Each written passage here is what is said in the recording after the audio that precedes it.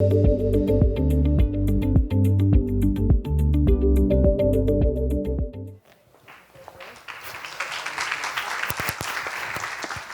everybody. How is everyone doing tonight? Nice. My name is Steven, if you don't know me. And I'm Chinzo. Thank you all for coming. It's rainy out, we know, and cold, but thanks for coming tonight. It's a lovely teaching. If you don't know, I am the manager of 3 Jewels. For those that do know, we just opened a new center. And it's really beautiful. You should all come. And it wouldn't be what it is without you and all of teachings, and especially Geshe Michael for making it all happen. It wouldn't even exist without that. So thank you, Geshe. And it's been open 22 years. For some of you, you've been there from the start. You know what it was. It was a small tea shop and bookstore, and now it's grown into this beautiful studio that offers 8 classes a day. We have 4,000 students coming. We started our first meditation teacher training last year. We're doing our first yoga teacher training. We have a lot of people in the audience, yeah. We did our retreat last year. We're doing another one in March. And it just keeps growing and growing. So it's really beautiful. Please come visit the new space. And we also have more information about ACI, the classes that we teach at 3 Jewels. ACI classes have been going on in New York since Geshe Michael founded Asian Classics Institute and has over 18 courses. For 7 years he taught us here, and now he's teaching even more in mostly in Arizona and throughout the world. But during his time when he was here in New York, he studied for over 25 years with Ken Rinpoche, Lobsang Tarchin, at Rashe Gempo Ling, and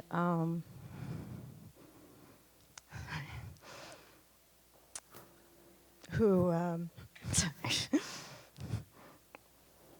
he taught many of us I see here in this room.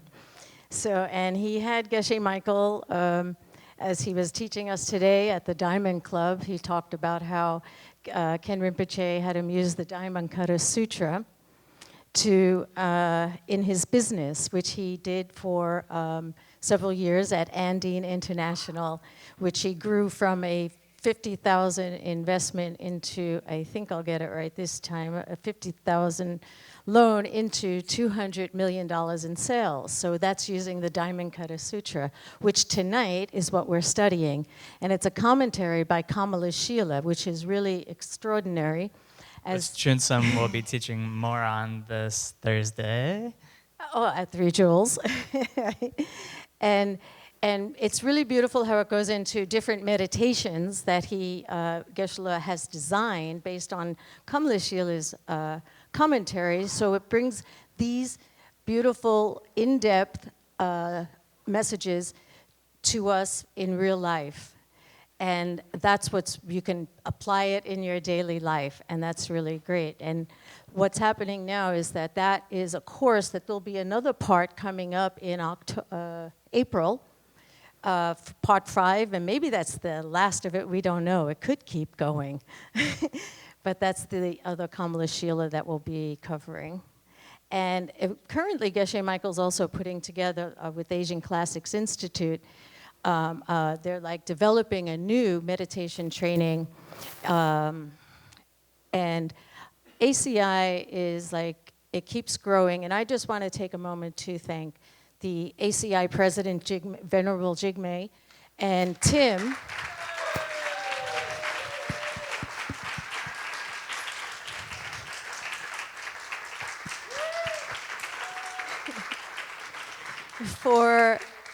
for helping the new programs that Geshe Michael is developing to making them happen really quickly.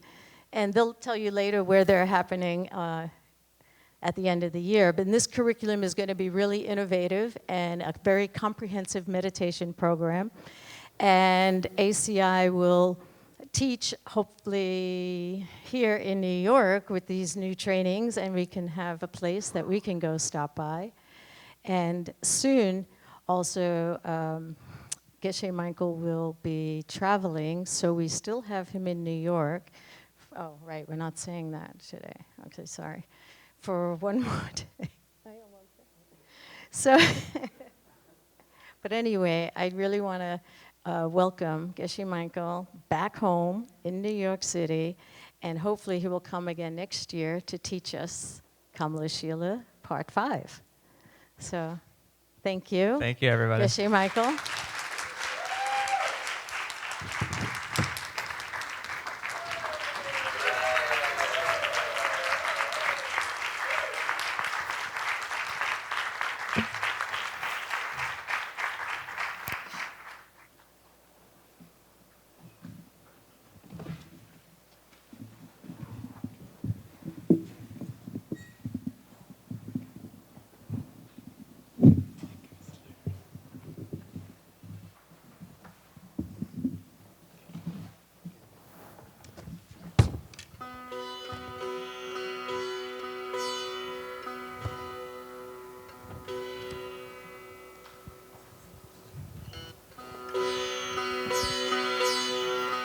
Can you hear?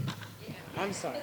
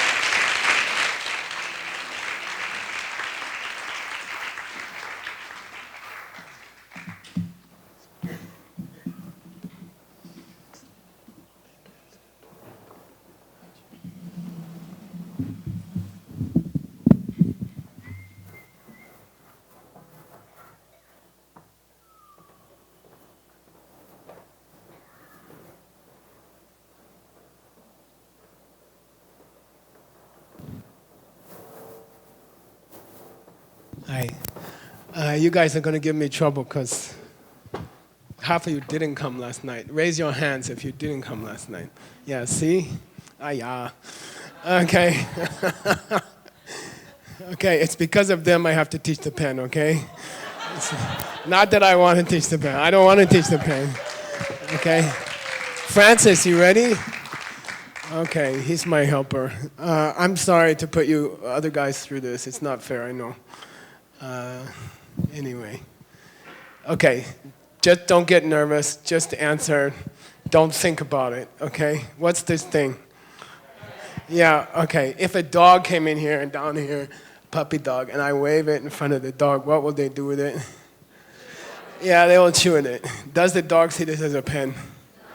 Does the human see this as a chewed toy? Who's right? Ah, yeah. Francis, they learned. It only took like 5 years. Okay, if I put the thing here, I don't call it a pen, right?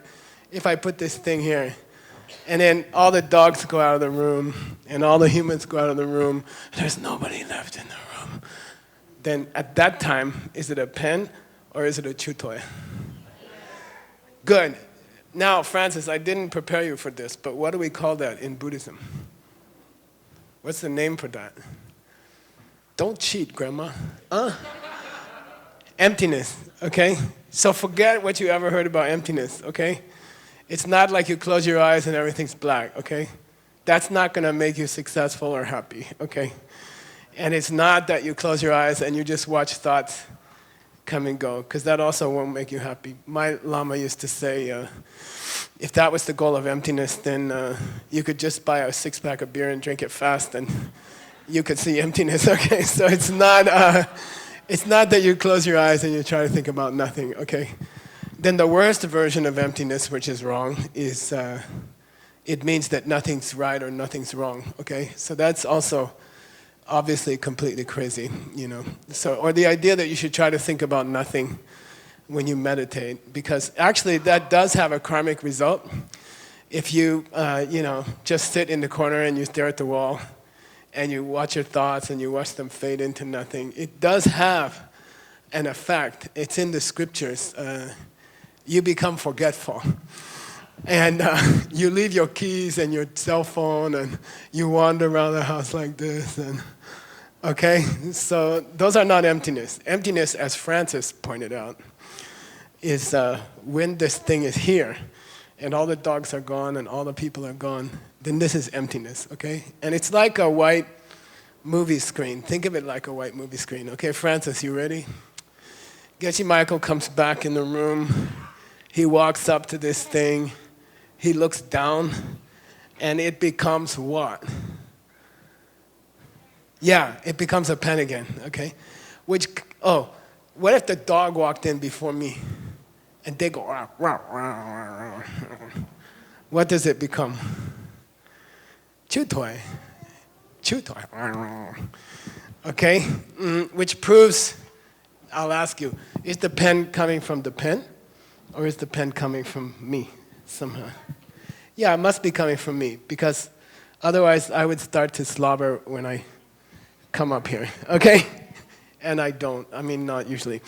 So we can say that it's coming from me. Now there's an important part, if you're gonna learn it, right? We teach how to teach the pen at our college. There's 18 steps to teaching the pen. And at this point, if you have time, right, if you're not in a hurry, you can say, well, if I just close my eyes and I wish very hard, okay, if it's coming from me, which nobody disagreed, right?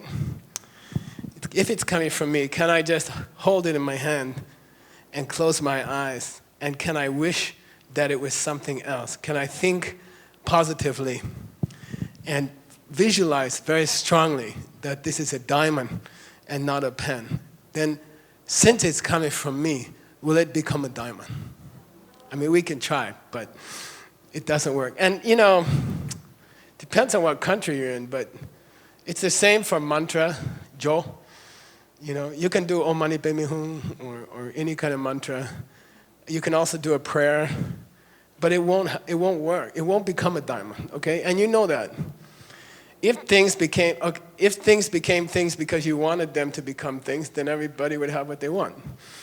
So we say positive thinking doesn't work. I'm sorry. Okay, you can positive think all you want. I don't want cancer, and then you get cancer, and it doesn't stop it. Okay, so it is coming from me, but something's forcing it to come from me. There's something in my mind that forces me to see a pen. Okay, when I come up on the stage, there's something in my mind. Buddhism calls it si zhongzi, right? We call it a mental karmic yeli seed. Same thing. It's coming from a seed in your mind. So we all have seeds in our minds. And when I come up on the stage and I get about here and I look at it, in that moment, a seed opens in my mind, okay? And then it produces a little picture of a pen, which is about this big. And it's made of light, okay? It's a luminous picture. And that picture comes out of your mind, and it goes on these pieces, okay? If I have a seed in my mind for pen, I will see a pen. If I have a seed in my mind for chew toy, I will see chew toy. So the seeds run everything in your life. And you don't know, because they open at the rate of, do you know? 65 per second. 65 per second. A good movie is, a video on the internet is 24 frames, I think, per second. But you have frames for smell, taste, touch. Okay, your frames are 65 seeds per second are opening. So you don't notice that the world is a bunch of photographs moving very fast. And we're going to talk about it today, if we get time. Because there's a secret presentation of the Diamond Cutter Sutra in the Kala Chakra, okay? Which is not secret after tonight. If we have time, we'll do that. But so seeds are coming out of your mind very fast, and they are making your life. They are making your world, okay? And the cool thing is, and what we like to teach people, and we teach all over the world, we teach a thing called Diamond Cutter Institute, and we don't try to make people Buddhists, like I did for a while. In New York, when I was in New York, I was trying to make everybody Buddhist. Then I realized it doesn't really matter, if they learn about seeds, and if they use them, and it makes them happy and successful, then let them be whatever their parents were. I don't care, People ask me, what do you have on your altar? I have a picture of Jimi Hendrix, okay? Like, it doesn't matter who you put on the wall. It doesn't really matter. If I can teach you something today that will make the rest of your life very happy and very successful, then I don't care, what's your religion or what country you're from. So we had this idea, let's take these principles and just go to different countries and don't tell people it's Buddhist. And just teach them the principles about how to plant seeds.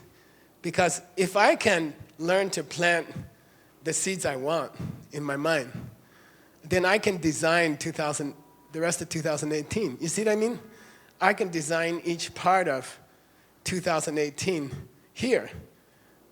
And then it's really fun, okay, if you learn how to do it. And I encourage you to do a small experiment in your own life, okay? After tonight, I'll teach you how to plant a seed. And then you don't have to believe me. And what I like to tell people when we travel, like we're going to India tomorrow, right? And we're teaching hardcore Hindus and Jains. And then after that, we go to Kazakhstan, and we teach hardcore Muslim people. And then after that, we go to Vienna and teach, I don't know, half Catholic, half Protestant. Oh, and Istanbul. So, I don't care where you're from. I don't care what your parents did. But if I can teach you a way to design next year, and you do a small experiment, if I say it worked for me, I say today we had we had a VIP talk today. And I don't know. I don't like VIP talks because I have to talk and I don't get to eat. And they're all eating this really nice lunch, and I'm like, and then, but I said there are 5 goals that we noticed people want in their life. Number 1 is financial freedom. So I don't care about money. These guys know. I lived in a 6x6 room for 25 years. They know. They were there. I don't care about money. I don't need money. And I don't really want money. But I would like to have freedom from money. I don't want to be tied down to money. I want money to just come and I don't have to think about it, And I want it to just be automatic. So that's the first thing that would be nice. Then you free half your mind. Half your mind is freed from worrying about money. And that's very nice, okay? So I did that. And we started a business with a loan, $50,000, and it got to $250 million. And it was sold to Warren Buffett in 2009. And now we have a new company. How old? 7, 8 years? Yeah, and the money just comes. It's weird. It's just cool, So try it. Just give it a try, okay? If you hear about me talking like that, and you don't try it this week, then there's something wrong with you. Now, if you choose to work like a slave, and get old and tired, and there's a better way, then you're just kind of crazy, okay? So I'll teach you how to plant a seed, okay? Second thing, I think it's one thing to have money, but it's a beautiful thing to have a beautiful family, beautiful friends, beautiful business partners. I'd like to introduce Scott and Orit. Would you stand up? Yeah.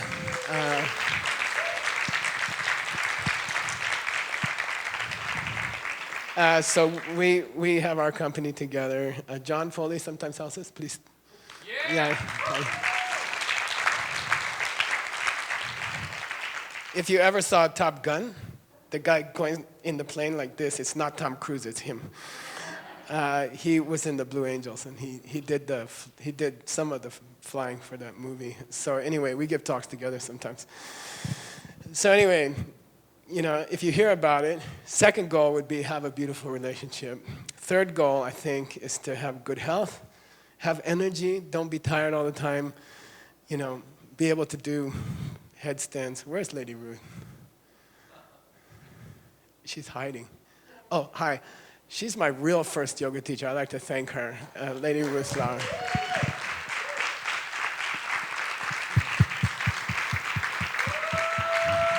Thank you. If you have seeds, yoga makes you strong and healthy, and you can be an old man and still have fun. If you don't have seeds, okay, and you do the same yoga, you will hurt your neck. Okay, seriously, it's good to have the best yoga teacher in the world, but it also helps to have seeds, okay? But we'll talk about that. So health. Then I think we all want to have mental peace, Like it's nice to be successful, but there are many unhappy, successful people. Robin Williams, I always think of him. He has all the money in the world. He has a beautiful family. And he can also pay a doctor to quietly give him a shot if he wants to die. But he hung himself with his belt in his bedroom because he's so unhappy. You see what I mean? So I would like to be happy. I would like to have a meditative state of mind. And when I was young, which was the 1800s, no, there was an attitude. Either you meditate or you do business. You see, either you have a spiritual life and you quit working, or you work and you don't have a spiritual life. This was the attitude when I was younger. And I think now, part of what we want to help people reach is where you have a real active business life, you have a career, and you are doing something fun for society. You're helping people with producing something or making something, or you do something real in the world, and at the same time you have a real meditative practice at home and in your own mind. So somehow what's that word in Chinese? Jinzi? What's the businessman who knows? Say again. Sun Tzu. Yeah. a business person who also knows the classics and lives them, okay? That's an old Confucian ideal, you know, and I would like to see that. I think that would be beautiful, you know. We were at the New World Bank in Beijing, and we gave a presentation for some of the directors, and went in December. And they really liked this idea of training people just not to be just business people, but to have some kind of inner life, some kind of beautiful inner life at the same time. And they're very excited about it. And it used to be like that, right? So anyway, we're working on that. That would be a goal. And then we talked about it today in the VIP luncheon. If I get all those things, right? If I like make, I don't know, what do you call it? There's a bad word for it. Enough money to tell the world something. And then money's just coming in. And then if my health's really good and I have beautiful relationships at work and at home, and my inside life is very rich and very peaceful, right? But everyone around me is unhappy. And everyone around me is nervous. And everyone around me has financial problems. And then it's not fun. You see, you're okay. You have everything you want. You know how to plant a seed in your mind. But other people around you don't. So you have to sit on the bus next to people suffering. You have to see members of your family suffering.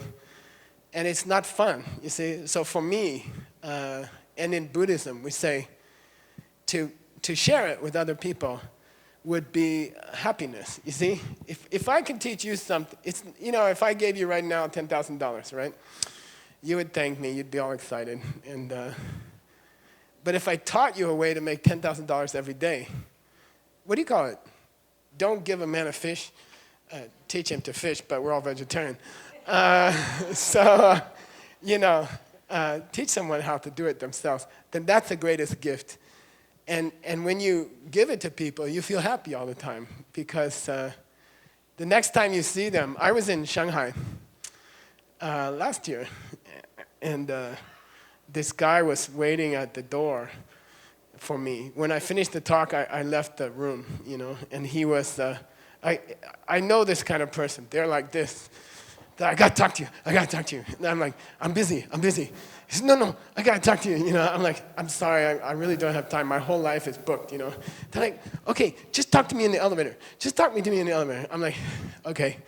Then I got Scott on one side in case the guy's like if he won't stop talking, Scott's like, yes. And so he's on one side. He's on this side. The other guy's over here. He says, I came to your talk last year. I said, well, thank you, you know, and I came this year. Yeah, okay. Well, but something's wrong. I said, what's wrong? He says, I didn't get what I wanted, you know. I said, did you do the 4 steps, right? Now I have to teach you the 4 steps. Let's just do this 4 steps real fast, okay? For the people who want, you got $100? Anybody got $100? There's a contest.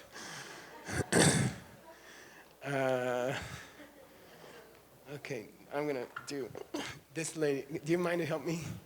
Come on. One time my staff went to give a talk. Oh, you got a diamond pen. One time my staff gave a talk to 1,000 people, and then I gave a talk the next night, and we picked the same lady. Yeah, come on. Okay, very quick, okay? We're just gonna review the 4 steps. Step number 1,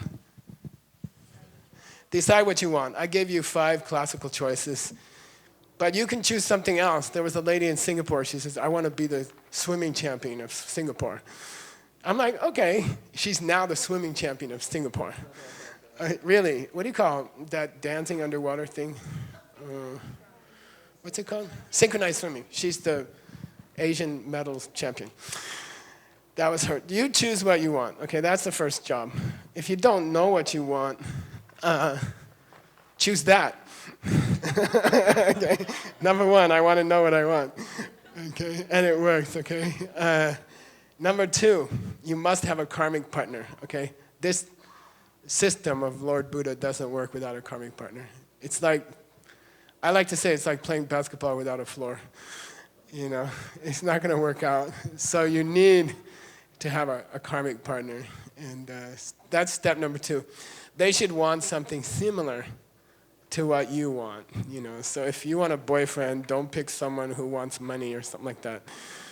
I gave this talk in Detroit, and this young man came in the second day, and he's like jumping up and down, and he says, I found her, you know. I said, what? What'd you find? I found her, you know. She's perfect, you know. I said, what?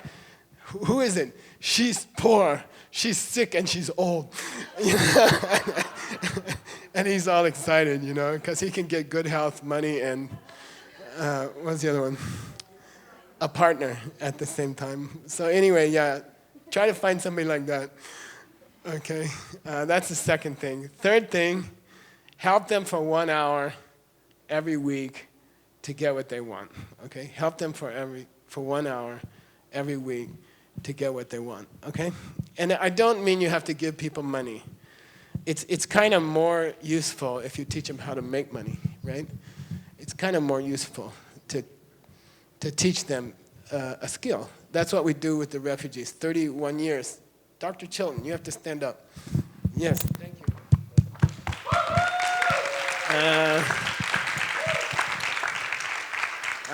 He helped start it 31 years ago. And they've been typing ancient books for money for 31 years. And there's like, I think 20,000 books online for free. Okay, so, you know, find somebody who needs something, okay? So we're gonna just practice. This is not the real thing, but maybe it is. People ask me why I keep giving away money every night. It's not a demonstration, okay? I depend on it for my income. I'm not kidding. You think I'm kidding. Okay, so what's your name? Jen. Jen's gonna hold up her hand. Then I'm gonna do step number 3. Okay, I put the money in her hand and I close her hand. Now watch. 1, 2, ER-san. Ding. Okay, ding means I just created a seed in my mind. Okay, why? Who saw my hand open? Yeah, I saw it. So karma is recorded, okay, in your mind when you see yourself do something. You see, it has to be recorded by your mind. Your mind is a video camera. Then everything you say, everything you do, and everything you think is recorded in your mind. I did a 3-year silent retreat in one cabin, a small room, for 3 years in the desert. It was hard. And I found out that everything you ever saw in your life is still in there. So I used to play movies sometimes. You know, I play my favorite movies. So I wasn't meditating the whole time, I have to confess. Yeah, thank you.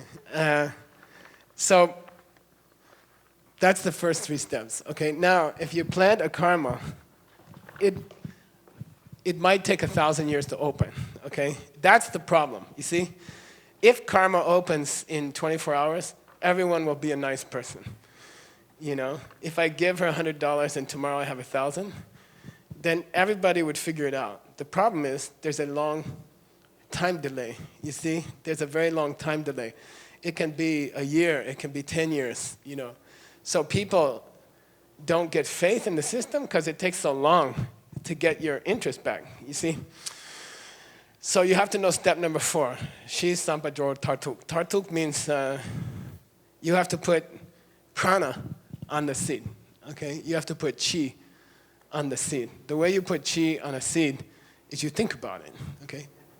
Because lungsem juba chipa, Bob Chilton knows. Prana and the thought travel in tandem. Thought is the horse, prana is the rider.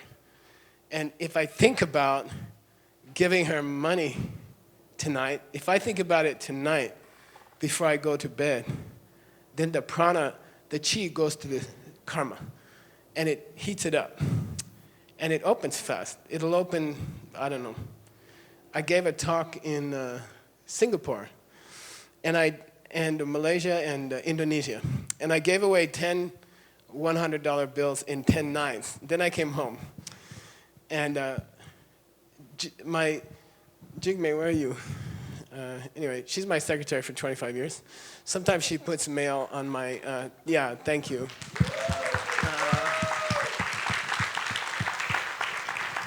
Sometimes she'll put the mail on my desk, you know. I get home, I open the mail. The first letter I open, there's a $10,000 check. Okay?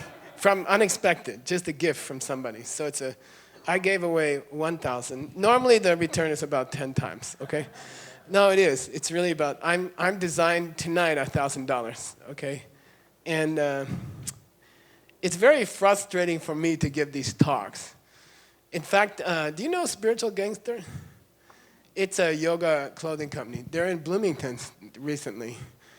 And a friend of mine started the company. And I go to have lunch with him sometimes in Phoenix. He's from Phoenix. And so I'll sit down with him, and he'll say, Geshe, thank you so much. You know, he's your friend too.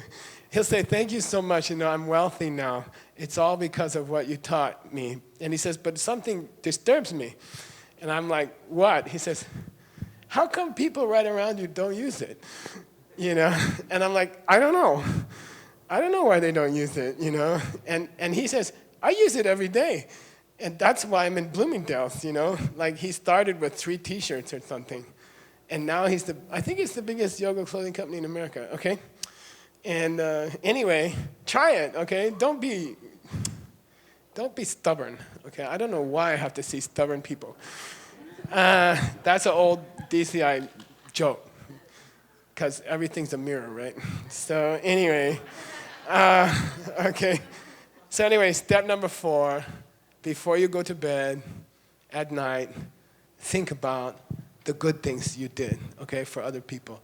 And we were talking today, somebody asked me, is that pride? Because a lot of us, we feel uncomfortable to think about good things we did. And we think, oh, I have pride, okay? I'll tell you what pride is. Pride is, I'm the best money giveawayer in New York. Nobody can give away money like me. Not even John Foley cannot give away money like me, you know?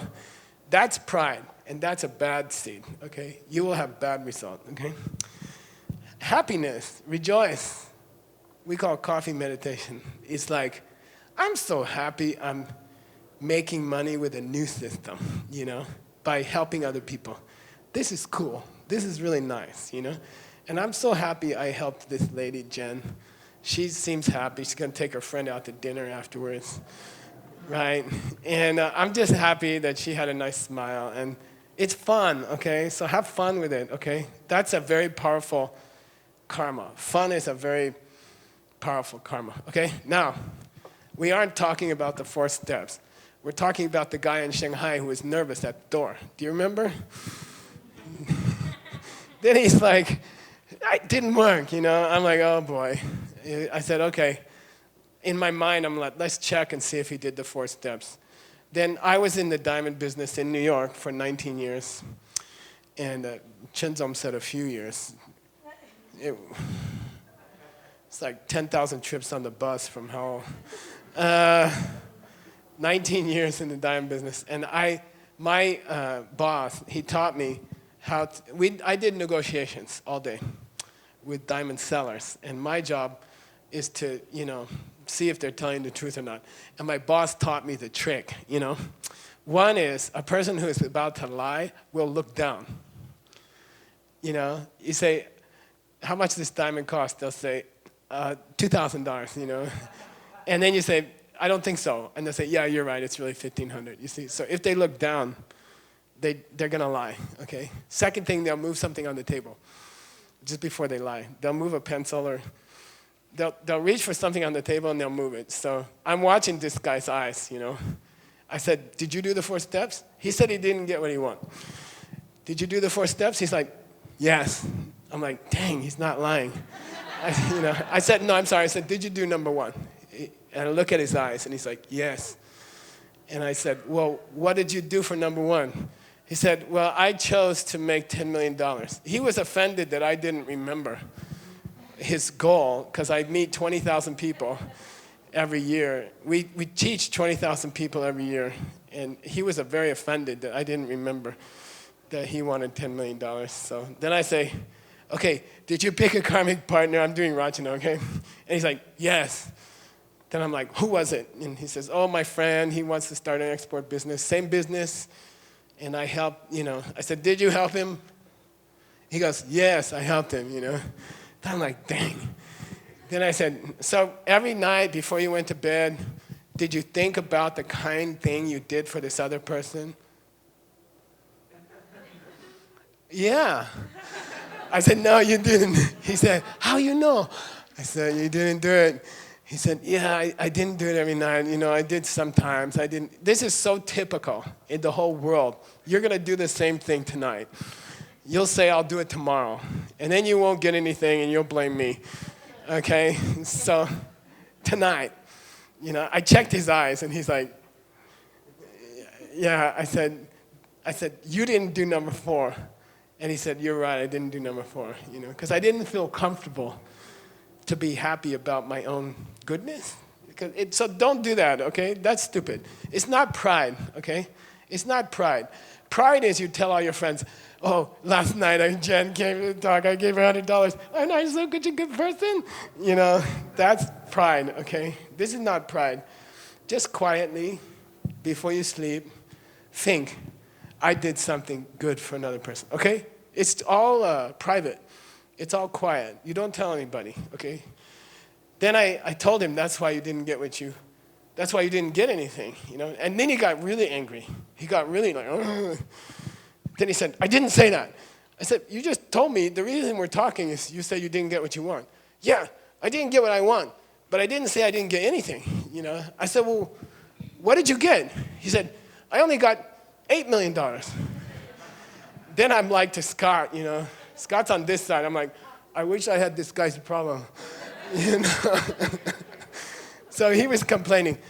Then as a teacher, okay, from our teacher, you have to be really tough on students, So I look at him like shocked, You lost $2 million because you're too lazy to be happy every night?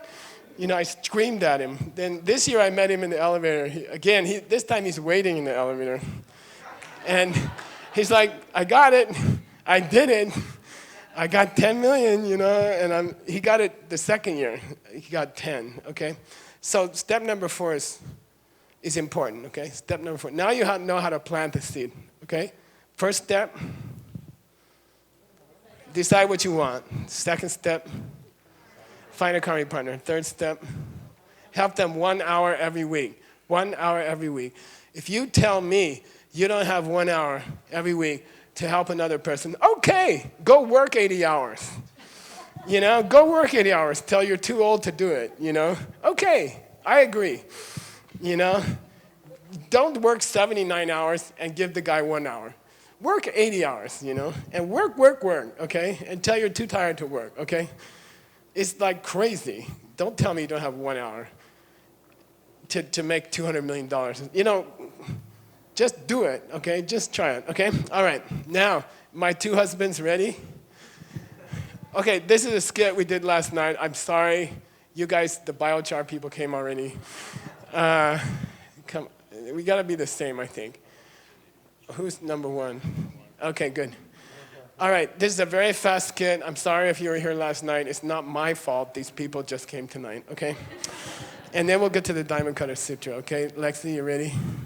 So, okay, I'm a regular working woman in America. I have kids. I have a husband. In the old days, the labor was divided. The wife did the cooking and washed the kids, and the husband made the money. Now the division is different. The wife does the cooking, watch the kid, and make the money. And the television, the husband watches television, okay? This is the new way. So, so I have 2 kids. Chinina, will you be one of my kids? Okay. So these are my 2 kids, okay? Lunshan, you were a kid yesterday. Okay, so these are my 2 kids. And my boss told me I had to come in early on Thursday or something, okay? And I told my kids to get ready. Mom has to go an hour early tomorrow. Please be ready to go to school an hour early. And then, you know the story. You're going to do it? You're supposed to be jumping on the bed. Just do a little bit. Okay, that's not bad.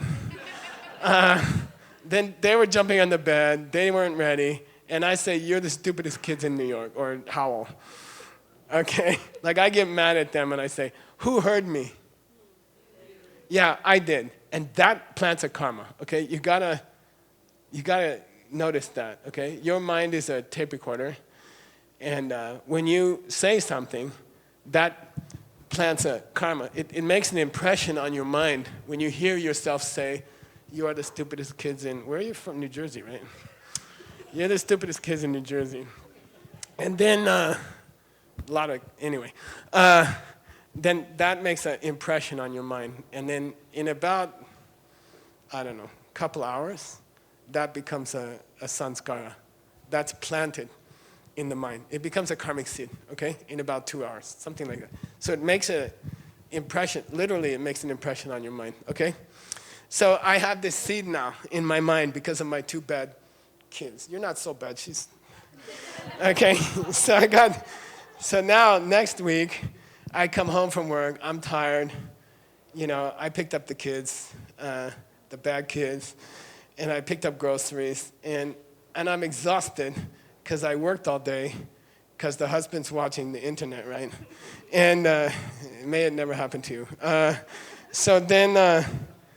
But I'm thinking, on the way home, I'm wondering, why do I have this husband anyway? Because he doesn't do anything. Oh, but he gives me good hugs. Good hugs is worth a lot, okay? It's better than sitting by yourself and eating dinner or something, okay? So I come home, I open the door, I open my arms, and you're stupid! Okay. Then the husband yells at me, okay? Then what's the first thing you think? I didn't do anything. I just opened you say some bad words probably. I just opened the door, and he said bad things to me, and I didn't do anything. It's like your friends are there, and you say, Emmett, right? I say, I don't know what's wrong with him, I didn't do anything, and he's yelling at me, okay? Then what's the second thing? You get upset, right? What's human nature? I'm not stupid. You're stupid. Who heard me? Yeah, I did. And then I plant a new seed in my mind. What happens next week with the kids? They're bad. Why? The seed opens. Got it? This Buddhism calls a cycle, samsara, okay? Now, we have to talk real fast about them, and then we'll go to the Diamond Cutter Sutra. And I'm sorry to repeat from last night. It's not my fault. It's the people who didn't come last night. So why do I have 2 husbands in the kitchen, okay? You have to understand. This husband, number 1, okay, Tim, by the way, he's also in charge with Jigme for ACI, and I'd like to thank him, okay, yeah.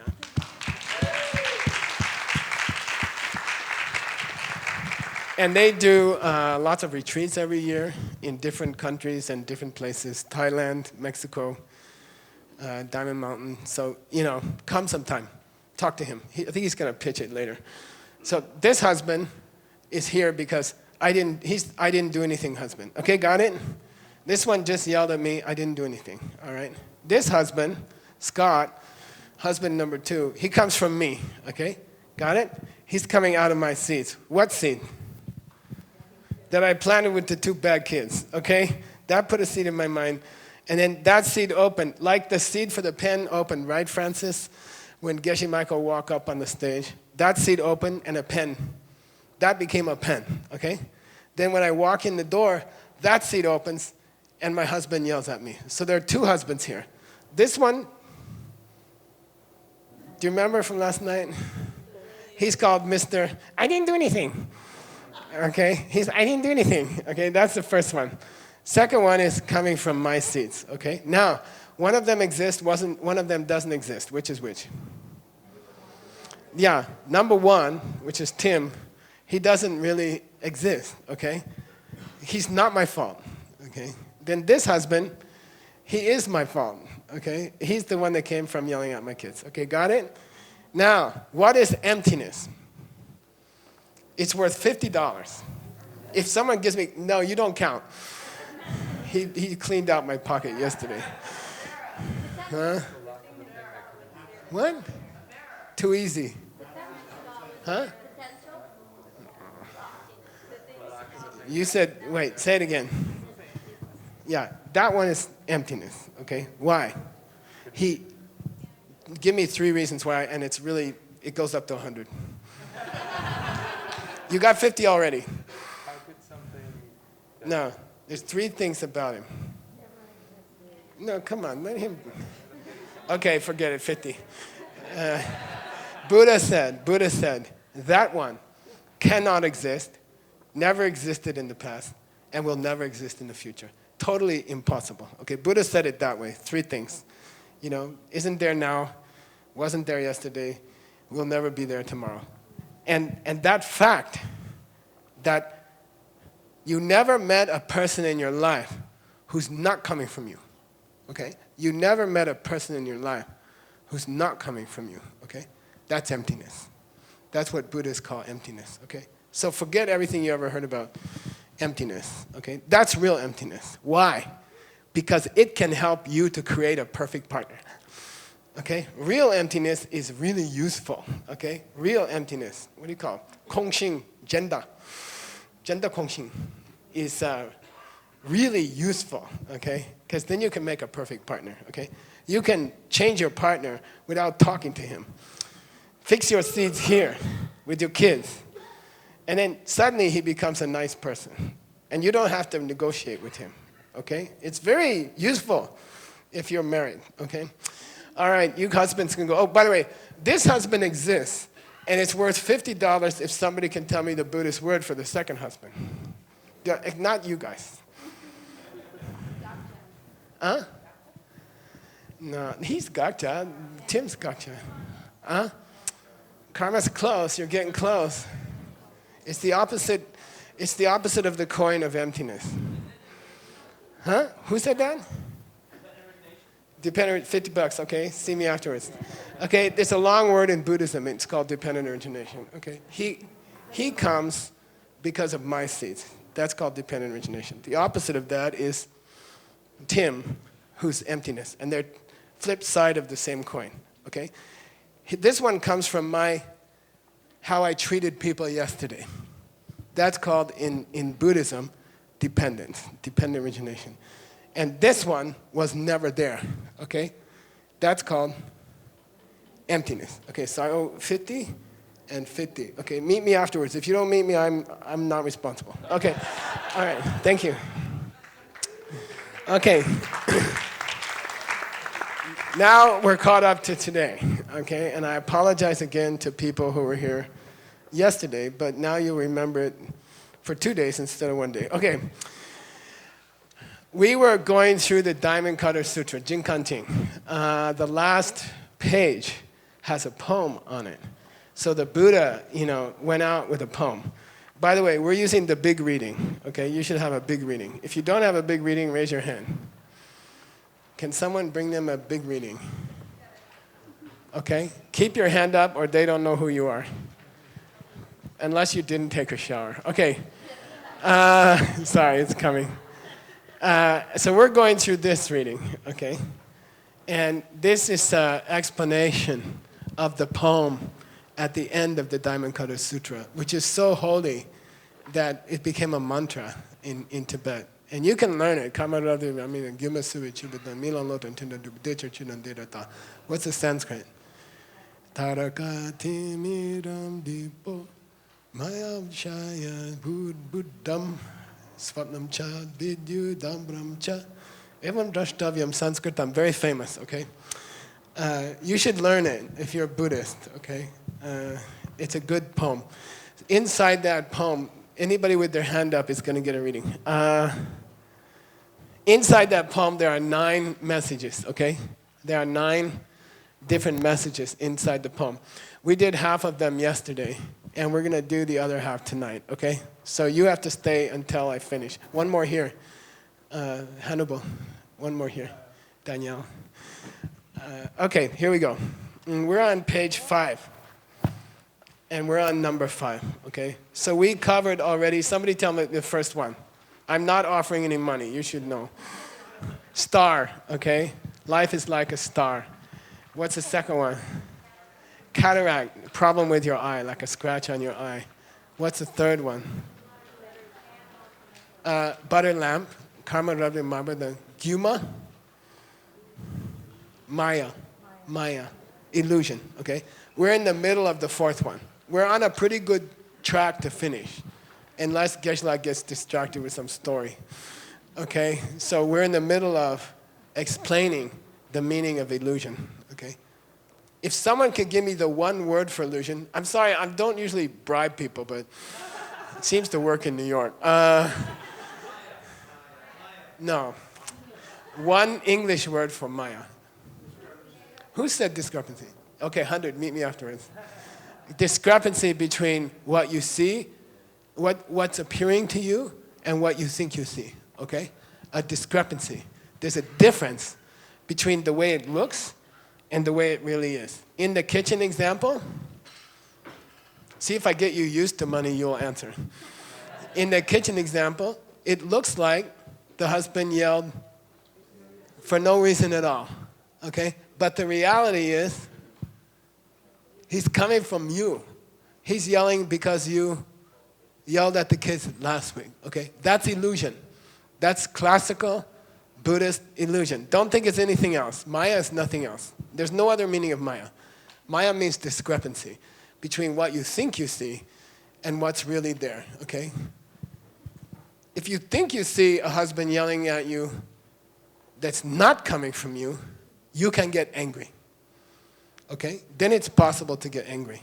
If you realize there's no such husband, and that's what? Emptiness. Then you cannot get angry.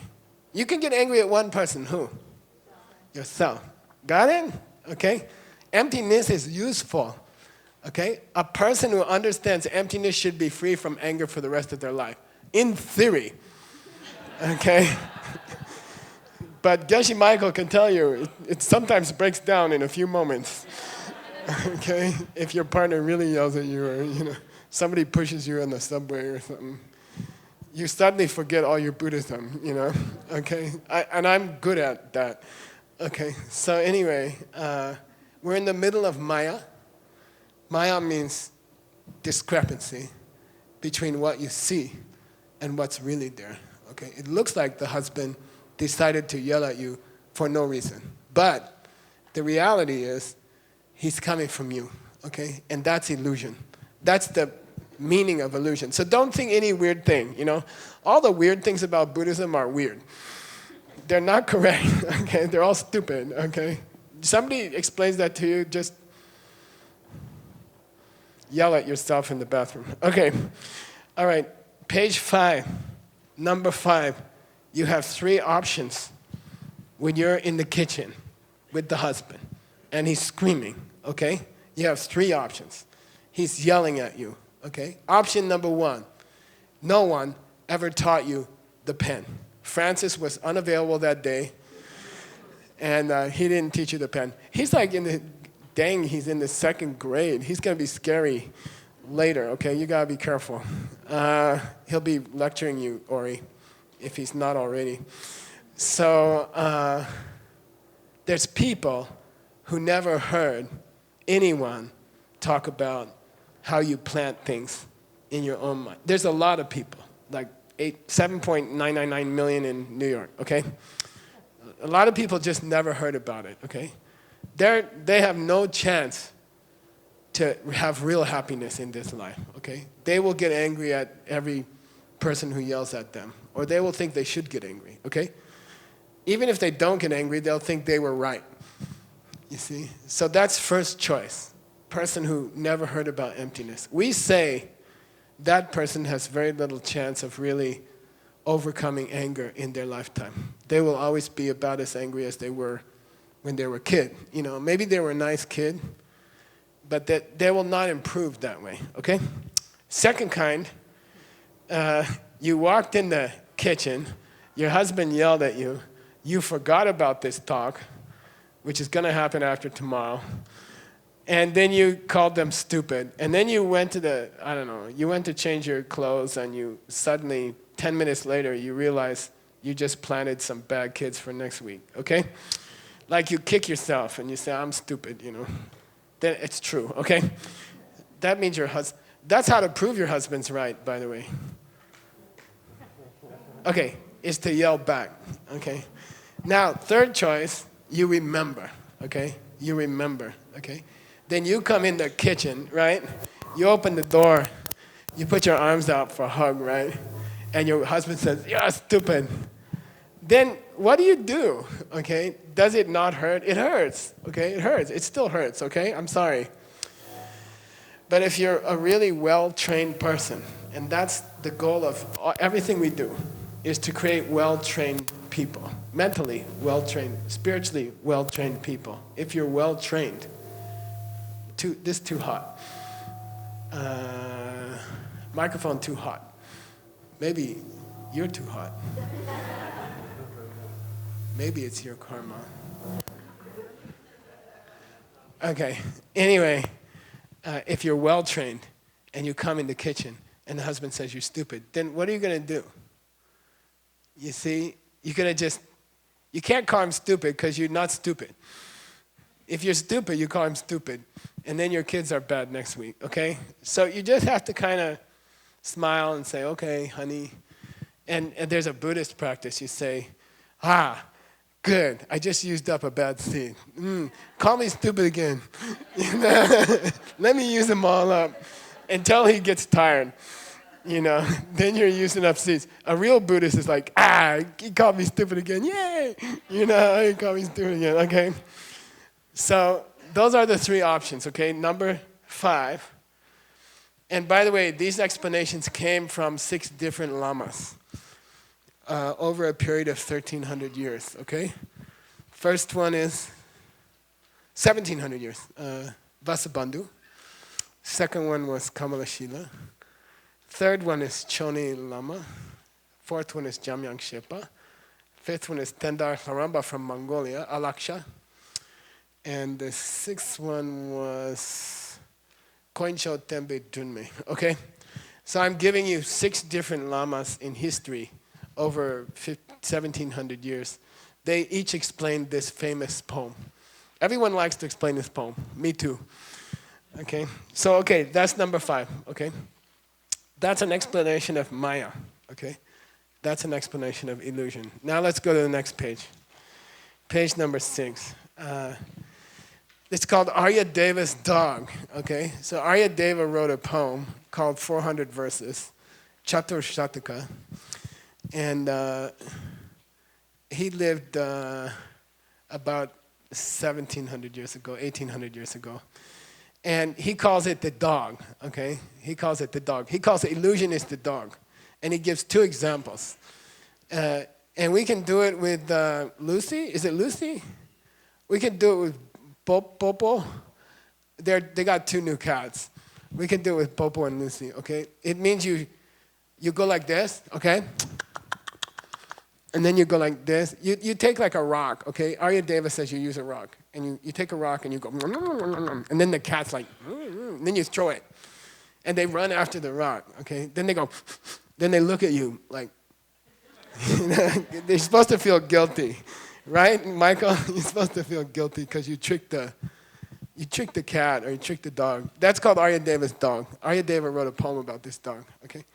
And he gave a second example. It's a mom who doesn't have milk today.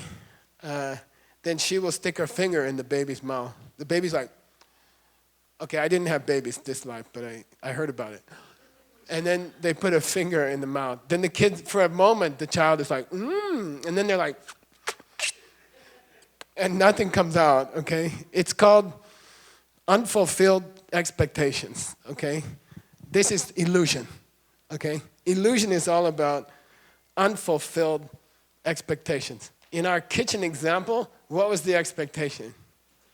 I'm going to get a hug. When I come in the kitchen, I will get a nice hug, okay? And our life is all about expectations. And those are an illusion. Why? You don't really know if you're going to get a hug or not, do you? Okay? Let's be honest. Even if you got a hug every night for a week, okay? Is there a possibility on the last day of the week you won't get a hug? Yes or no? Yeah, if you don't understand seeds, you can say, definitely, I'm not sure. Like, I expect a hug. He gave me 6 hugs this week. He's a nice man. He's in a good mood. I gave him 2 Boots pizza last night. He should be happy, you know. Probably I'll get a hug. But you have to say probably, right? You have to say probably. Why? Because that's life. And you learned it when you were 2 years old. I mean, you were younger than Francis when you found out you don't always get what you want, okay? And I accuse you of getting used to it and accepting it as normal, okay? You know, at a certain point, my brother killed himself when he was 19, okay? He said, this is stupid. This life is stupid.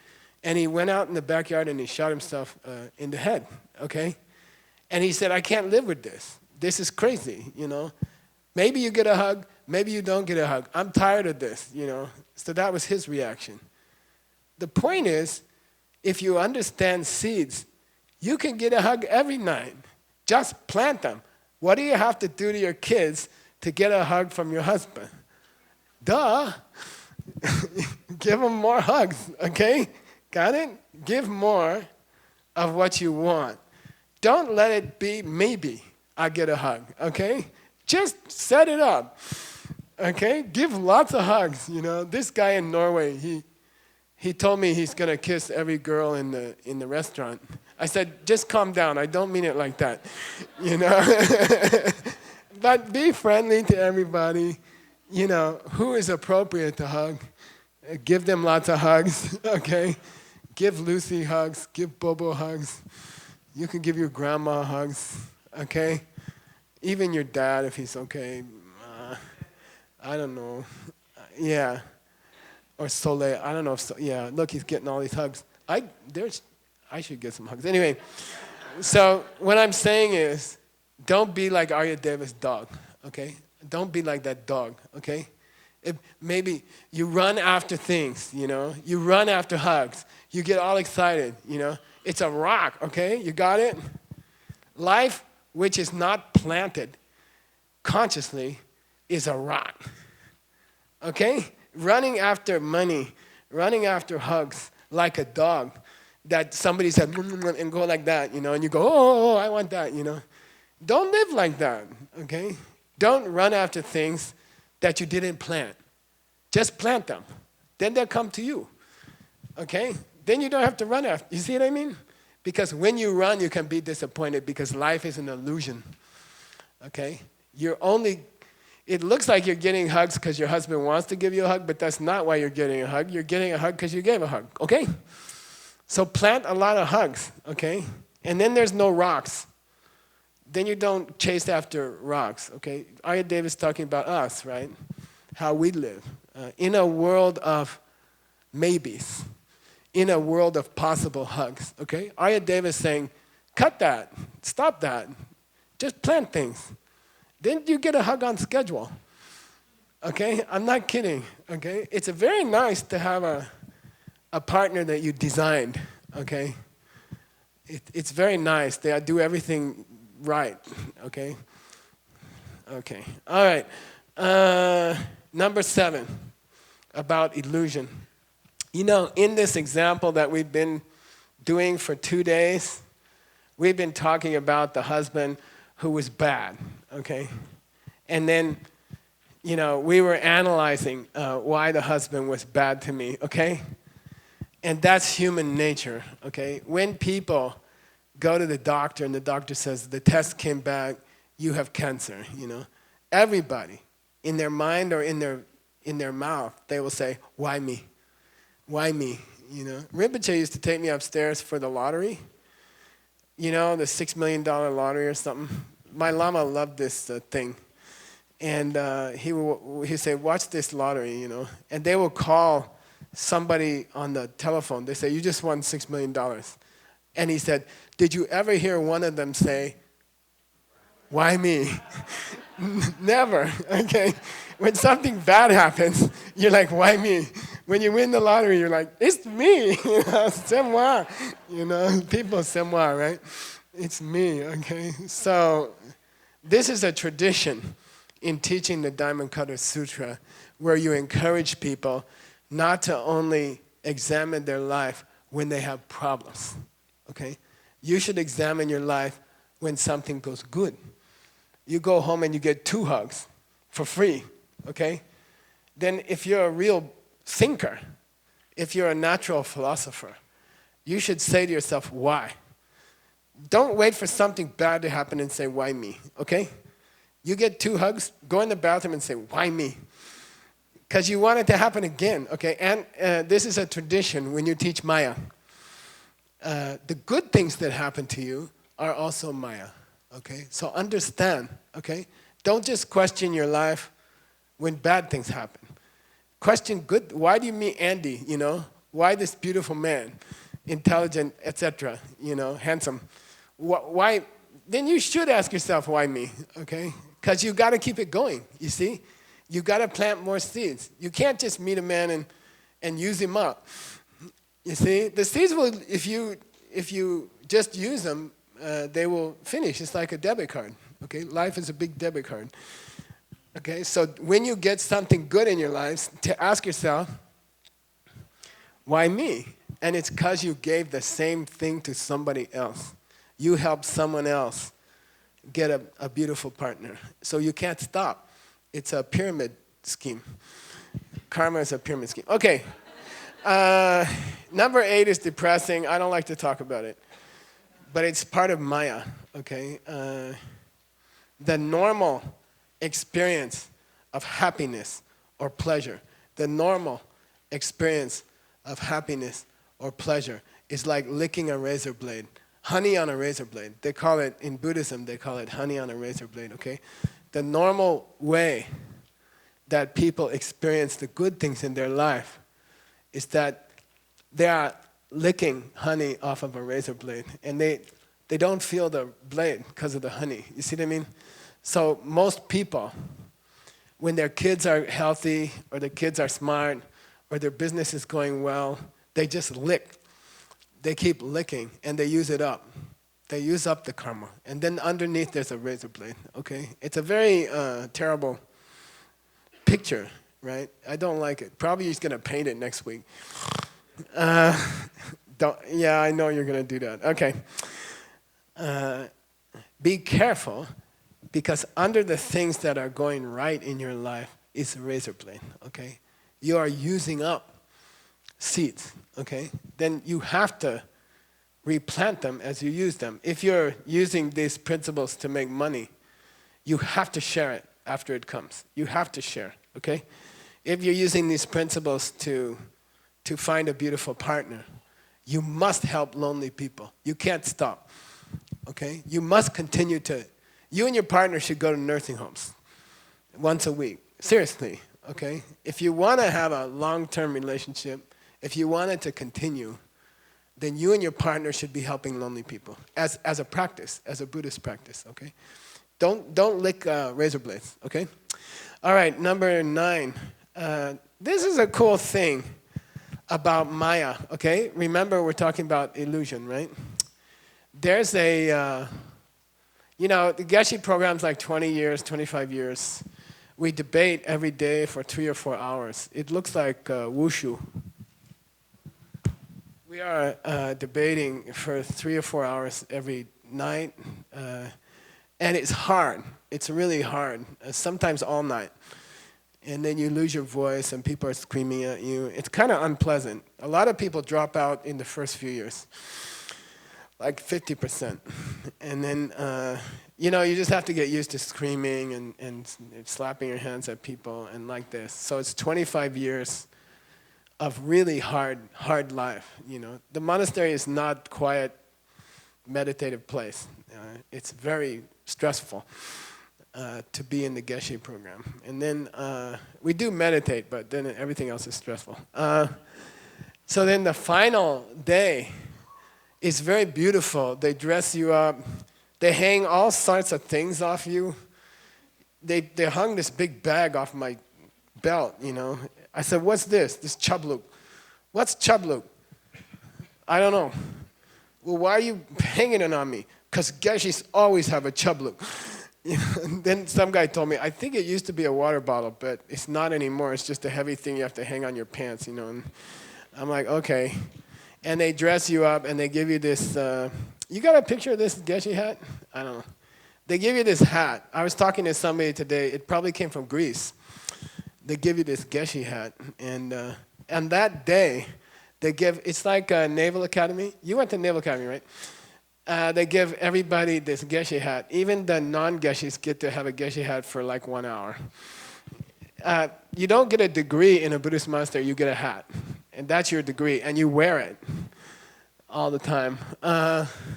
So anyway, on the day that you do your final exam, they give everybody this hat. And then you get examined for 3 weeks, day and night. In my monastery, 1,300 monks examine you. And at the end, the oldest monk comes up and he's like,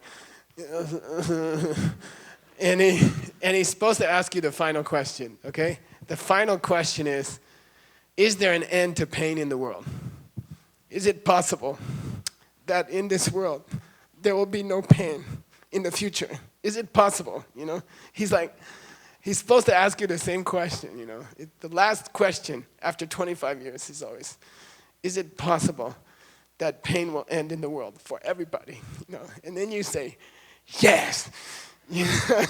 And then everybody's waiting, And then he'll say, why? And you say, because of Maya. Because what you see in this world is a lie. The world is a lie. All the pain in the world, it looks like it's coming this way, but it's not. It's coming from you. You made all the wars in the world. You made all the disease in the world. You made all the starvation in the world, and you can stop it, It's coming from your sins, right? And then you say, and then everybody goes, ah! And they throw the Geshe hat like a frisbee. And it's really beautiful. And somebody should make a movie.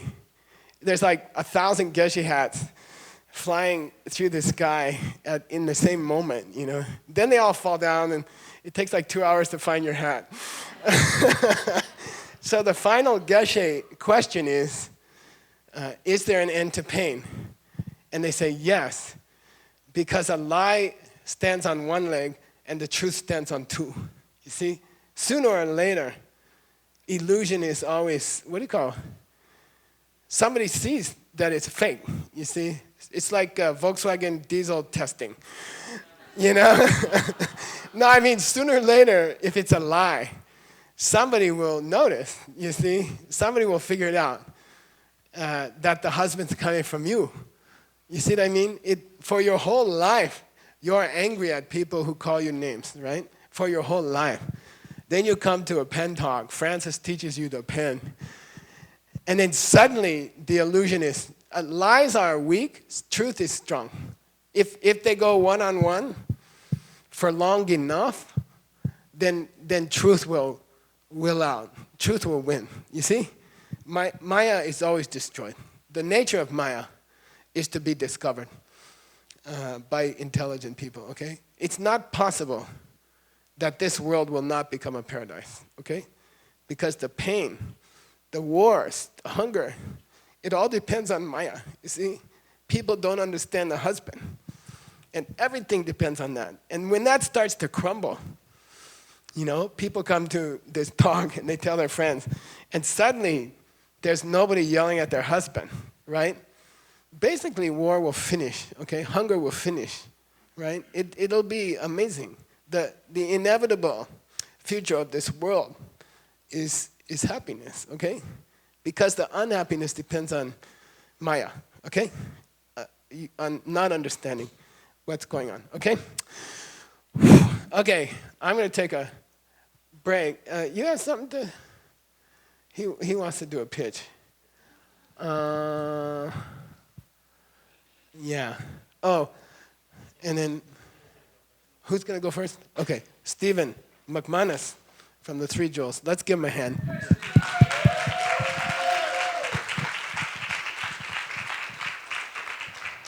Thank you, Geshe. All right, who wants a free shirt and book? What's the catch? If you sign up today for a membership, we are giving away free shirts and books. And as you may know or may not know, 3 Jewels is dependent on our community and everybody sponsoring it. We're a nonprofit, and we offer our classes for free for 22 years. All of our Dharma and meditation classes, as is this event now, we offer it for free. We always will offer them for free, but we depend on our community to support us. So if you sign up to become a member today, then we're giving away a free shirt and book. And with a membership, you get discounted yoga classes, you get discounts on merchandise and workshops, and you get to be one of the cool kids. So if you sign up today, there's a table out there. They're signing people up. The other thing I want to talk about is we're doing a retreat. We're doing a retreat in Nicaragua this year with Coco. Coco, if you're here, stand up. Coco! Coco's completed a 3-year silent meditation retreat, and she'll be teaching with Hector. Hector's not here, but as many of you know and love him, he's in China. He'll be teaching as well. It's going to be 7 days of silence in Nicaragua on a lake that used to be an old volcano that imploded on itself. It's beautiful, and that's going to be in March. All you have to do is put in your deposit. We have payment plans available. Ask me or anybody that's from 3 Jewels about that. That's March 10th to the 17th. Thank you. And Tim?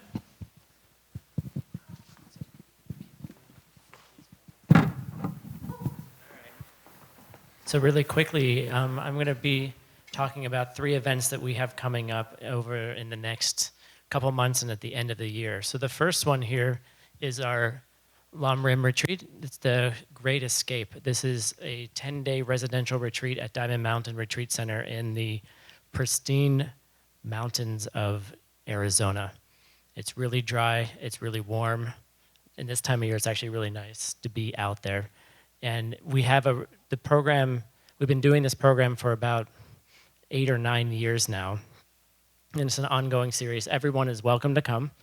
And what's neat about this program is that we have 10 days there, and then in the middle of it, we have 3 days of silence. So Geshe Michael will teach for 3 days, then we'll go into silence for 3 days, and then come back for teachings. So you get an opportunity to integrate the practices up in the retreat valley in your own cottages or shared rooms, depending on which option you choose. And it's been an amazing program, and we're getting more and more people coming, so it actually sells out really quickly. The people from China actually take up most of the spots. So if you're interested in registering, please head to our website. And following that retreat, can you go to the next slide, please? Is the 5 mysteries. So what is that? It's the 5th installment of the Kamalashila series, and maybe the final one. Oh no, we'll see what happens. So Geshe will be finishing up the Kamalashila teachings, which is after tonight's class, you'll be then prepared to move into the 5th of this series. And that's a little bit different program. That's a 4.5-day program where Geshe will teach once a day, and then you'll spend the rest of the day in silent practice up in the retreat valley as well. So if you're interested in that program, please sign up. And then finally, Geshe talked about it a little bit, is we're going to be starting our teacher training in October. So if you have any inkling to learn how to teach these courses, how to get up on stage, or how to teach smaller groups, the ACI courses will be going through that beginning in October. So we're going to have a break. Are you going to be signing? Yes. So Geshe will be signing books outside. There are cookies and refreshments and beverages and bathrooms. So come back in 10 minutes. Thank you. Okay. How does it go? Taraka, Timiram, Dipo. Then people say Maya Vashaya, but it's really 2 different words. It's Maya and Avashaya, because there's a long A. So the next picture in the 9 is called Avashaya. Say Avashaya. Ava means down, like Apanavayu is the downward flowing wind or something like that. And Shi means to rest or to lie down. It's actually the root for scholar, because they sit all the time. And other words like that. So Avashaya means the dew that settles on the grass in the early morning, okay? It's called avashaya. In Tibetan, it's silwa, okay, silwa, all right? And there are 4 different explanations in the Diamond Cutter Sutra of avashaya, okay? And it's on page 6. This one, and we talked about it last night, there's an ancient argument. Are these 9 images of impermanence, or are they images of illusion, you see? Because some of them are obviously illusion, like Maya, okay? And then some of them are obviously impermanence, like a butter lamp, like a candle. Life is a candle, you see? So it has led people over 2,000 years' time to argue, is this a teaching about impermanence, or is this a teaching about illusion or emptiness, you see? So when you get to the dew, this one's pretty obviously impermanence, okay? The dew settles on the grass, then the sun comes up and the dew dries up. It doesn't stay, okay? So one of the lamas, Vasubandhu, when he explains the dew, he says, nothing lasts, okay? And it's sad, I don't even like to talk about it, you know? Your children aren't gonna last, you're not gonna last, your apartment's not gonna last, your job's not gonna last, your relationships aren't gonna last, your own body won't last, you know? Everything passes, okay? Like the dew. What's that song? No, you're close. Oh,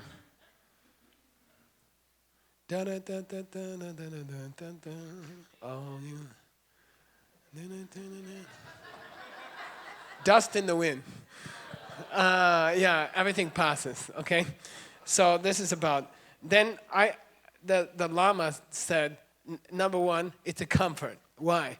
When you're in the kitchen and the husband's yelling, okay, a low grade, we called it yesterday, low grade emptiness, okay? A lower grade emptiness is the absence of permanence, you see? So you can, if you can't remember the pen, which you should, because I taught it every time for 100 years, you can remember, just remember, it won't last forever. You know, when the husband's in a bad mood, it won't last forever. I'm not going to say the lady's name or the country because you'll figure it out. But every year she used to come to Diamond Mountain unhappy, you know. She's an older lady, and every year she'd come unhappy. And I'd say, what's going on? She said, my husband's angry all the time, you know. Every year. Then one year she came, she's like so happy, you know. And she's so relaxed, you know. And I'm like, are you okay? And she's like, yeah. And her husband had been ill, you know. I said, how's your husband? He died. Then, anyway, everything passes, okay? So at least maybe you can hold your tongue in the kitchen. You know, it won't last forever. Like, he'll get in a good mood someday. Or you could be like that lady, okay? You know her. I'll tell you later. Then second one is it's a sadness, you know. So it's a comfort that problems in your life are also impermanent, okay? They will pass. There's no problem that stayed forever. It's not possible, actually, okay? Secondly, it's sad, okay? You lose your partner, you lose your children, you lose your house, you lose your health. It's a sad thing, okay?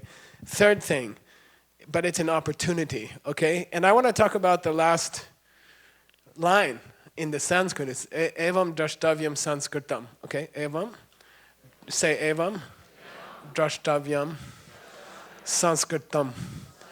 Evam means like that, okay? Very famous in Tantra. Evam, it means like that, or evam maya shrutam. Thus I heard. That's the opening line of the Diamond Cutter Sutra. So evam means like that, okay? Drashtavyam, you know from the Yoga Sutra, right? Drshta janma vedaniya. What's that? Ayah. Yeah, seeds you plant now will be experienced vedaniya, drshta or adrshta, seen in this life, or not seen in this life, seen in the next life. So drashtavyam is the future tense. It will be seen, okay? Evam drashtavyam, you should see sanskritam. So Sanskrit is the language. San means good. Kirta means made well, well designed. Sanskrit means well designed. When an M meets a K in Sanskrit, you have to insert an S. That's the rule. And the M changes to N, like ahimsa or sansara. And you never ever say samsara or ahimsa, okay? Because M cannot come before S in Sanskrit. It's always Sanskritam. So anyway, karta came into English as create, or cereal comes from that in the days when C was K. So Sanskrita means well put together. But what it means in the Diamond Cutter Sutra, and people always translate it, is anything produced by causes, okay? Gyudan ken dune chepe chu is the definition of Sanskritam, right? Anybody want to take a shot? No. Gyudan ken dune chepe chu. The causes and conditions, sam, they come together, and they kurta things, okay? So it's very famous, you know. People always talk about, oh, the last verse of the Diamond Cutter Sutra is talking about made things, but that's not the point, okay? That's not the point. The point is, you're making things, okay? They are made from your mind. When it says Sanskrita, and they're talking about vasana, okay? It means seeds in your mind. It's not talking about things are made. It means you're making your husband. Your husband is like a star. Your husband is like a scratch on your eye. Your husband is like a lamp. It's all about your husband, okay? Or your wife, okay? Or your husband and I don't know. So it means that the whole point of the last line of the Diamond Cutter Sutra is you're making things, okay? They're coming from you. You're making them. And therefore, those things are passing. They have to leave, like the dew. Your body is being made by your seeds. Your husband's being made by your seeds. Your children are being made by your seeds. Your job is being made by, New York City is being made by your seeds. So therefore, it must pass away, okay? It's like the dew. Anything made by your seeds is going to pass away if you don't understand seeds. Okay? If you don't understand seeds, okay? And the cool thing, and the promise of the Buddha, is that if you understand seeds, you can start recycling. You can start reinvesting your seeds, okay? Seeds for money, okay? Like you get money, then share some of it, okay? Share 10%. Give away 10%. The Islam has, one of the pillars of Islam is zakat. Give away 10% of your income. And most good Muslims do it, okay? So give away a certain part of your income. Why? Because you plant new seeds, and then the income keeps coming, you see? So if that's possible with money, it's also possible with your husband, you know, if you want to keep them, okay? Keep visiting lonely people. Keep serving lonely people, okay? This is how you make karma for a partner. Visit lonely people once a week, 1 hour. Then after it produces a husband or a wife, don't stop. Take him to the nursing home. You know, every good Buddhist who wants to have a partner should be going to the nursing home once a week, okay? Or you're crazy. Because you have to keep the seeds going, okay? Sanskritam here, the last word of the Diamond Cutter Sutra means things are being produced by your seeds. Then keep going. Don't let them just, debit card? Okay, your life is a debit card. And if you keep using it, you will end up with nothing. It will go to zero, you see? You have to keep recharging it. If you understand the pen, which Francis taught, then you're forced to keep doing nice things for other people. You cannot stop, okay? Because every time you do a nice thing, you get the result, and then it wears out, okay? So you must, okay? That's the point of the first image of the dew, avashaya. Okay, avashaya. Okay, second one.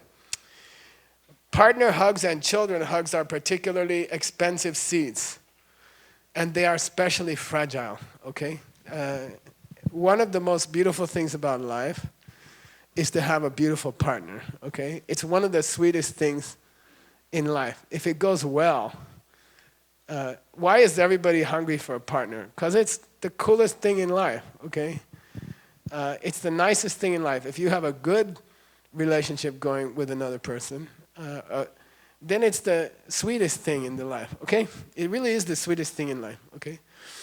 But it's expensive, okay? It's karmically very expensive, okay? And, you know, you build up a lot of seeds, then you meet your partner, okay? The day you met your partner, you lost like 10,000 karmic points, okay?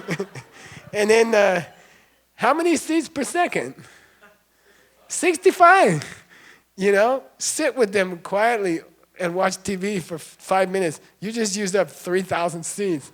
You know, don't do anything with them. You're using up seeds. Okay, so if you understood this talk,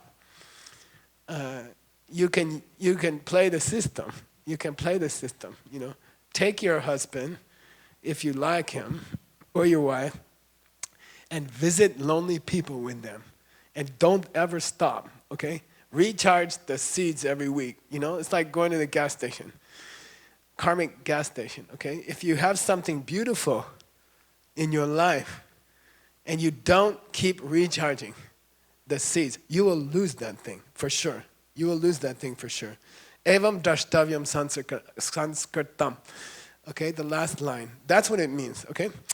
All right, so kids and partners are very expensive karma, okay? And you have to do things for other people's children. You have to, if you want to keep them such a nice young man. You have to invest in other people's children or you will lose them, okay? It's like that, okay?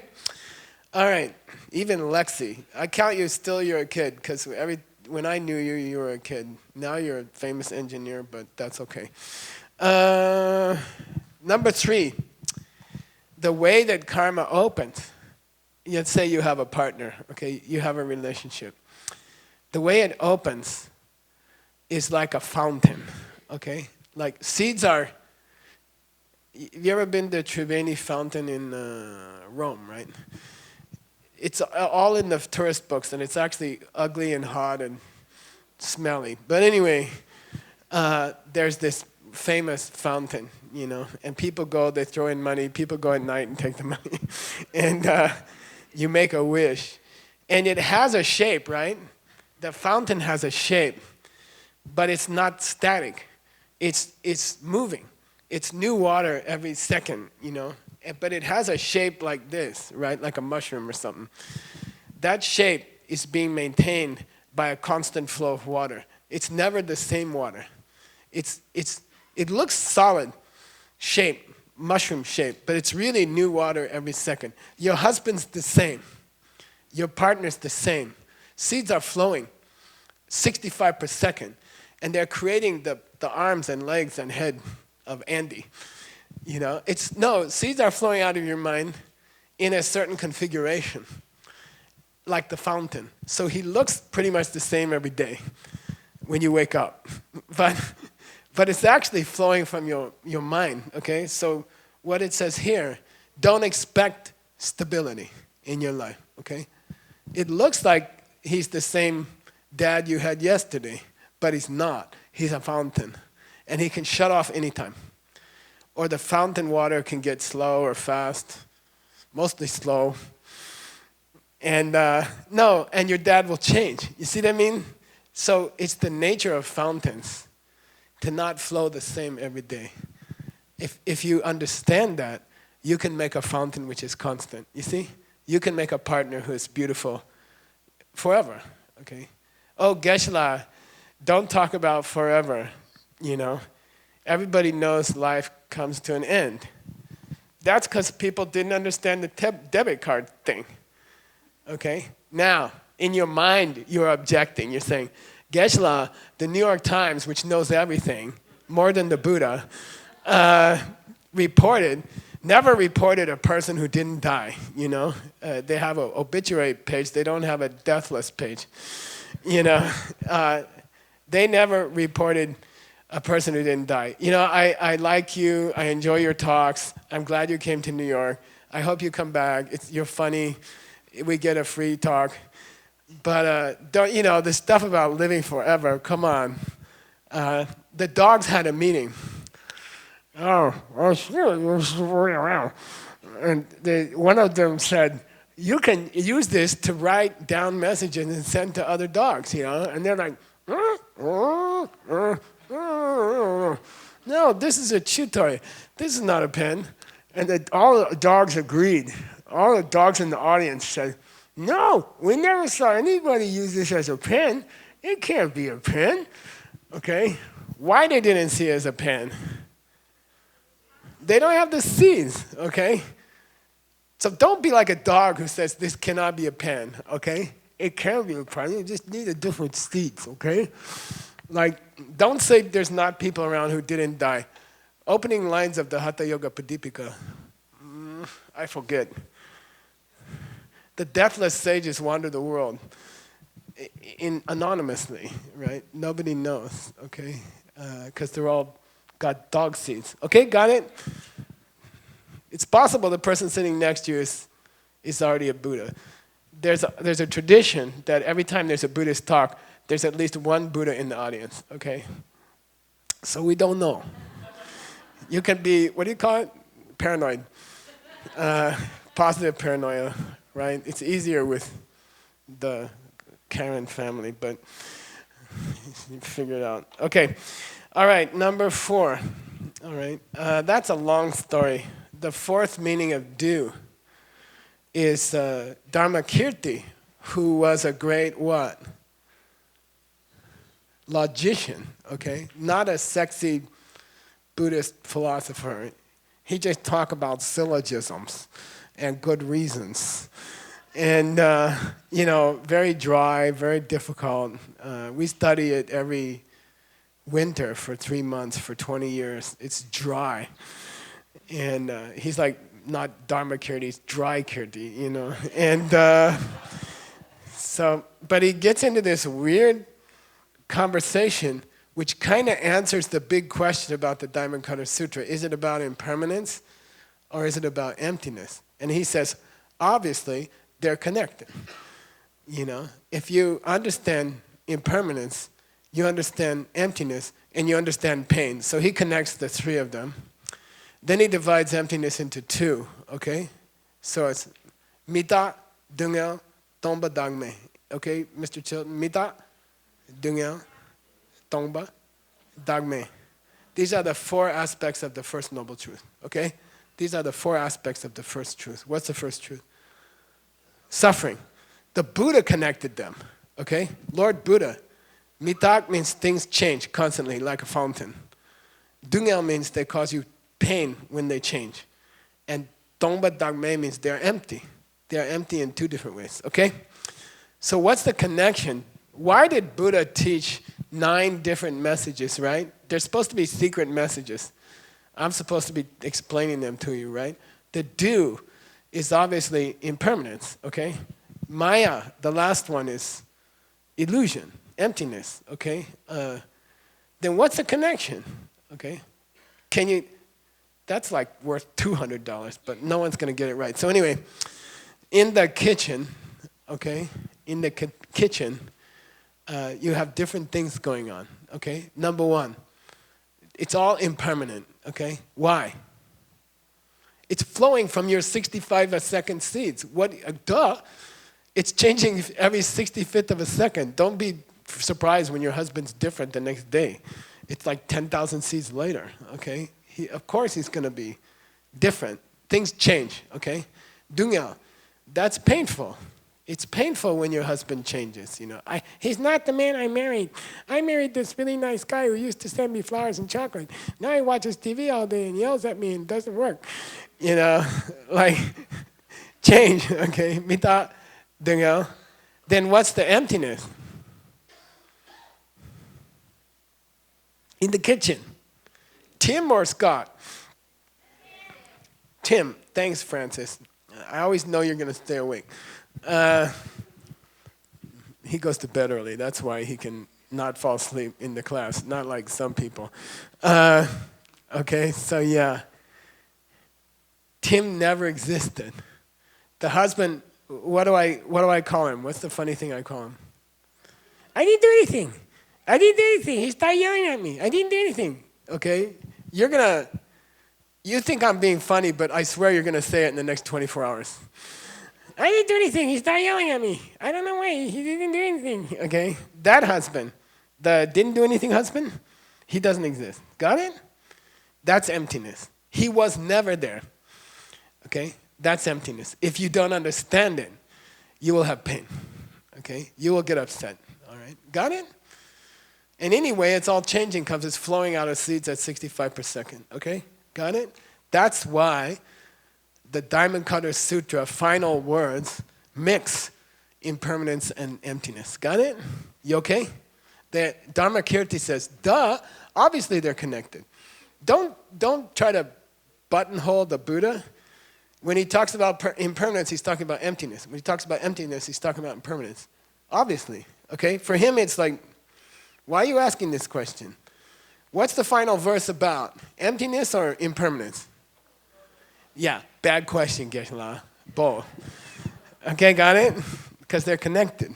Okay, all right. Next one is Buddham. Say Buddham. Somebody misread it many years ago in our group and was calling it Buddhudam, which is dumb. Okay, it's Buddham. Okay, and it's onomatopoeia. $10 for anybody can give me an onomatopoeia in Sanskrit. I'll give you a clue. It's a country.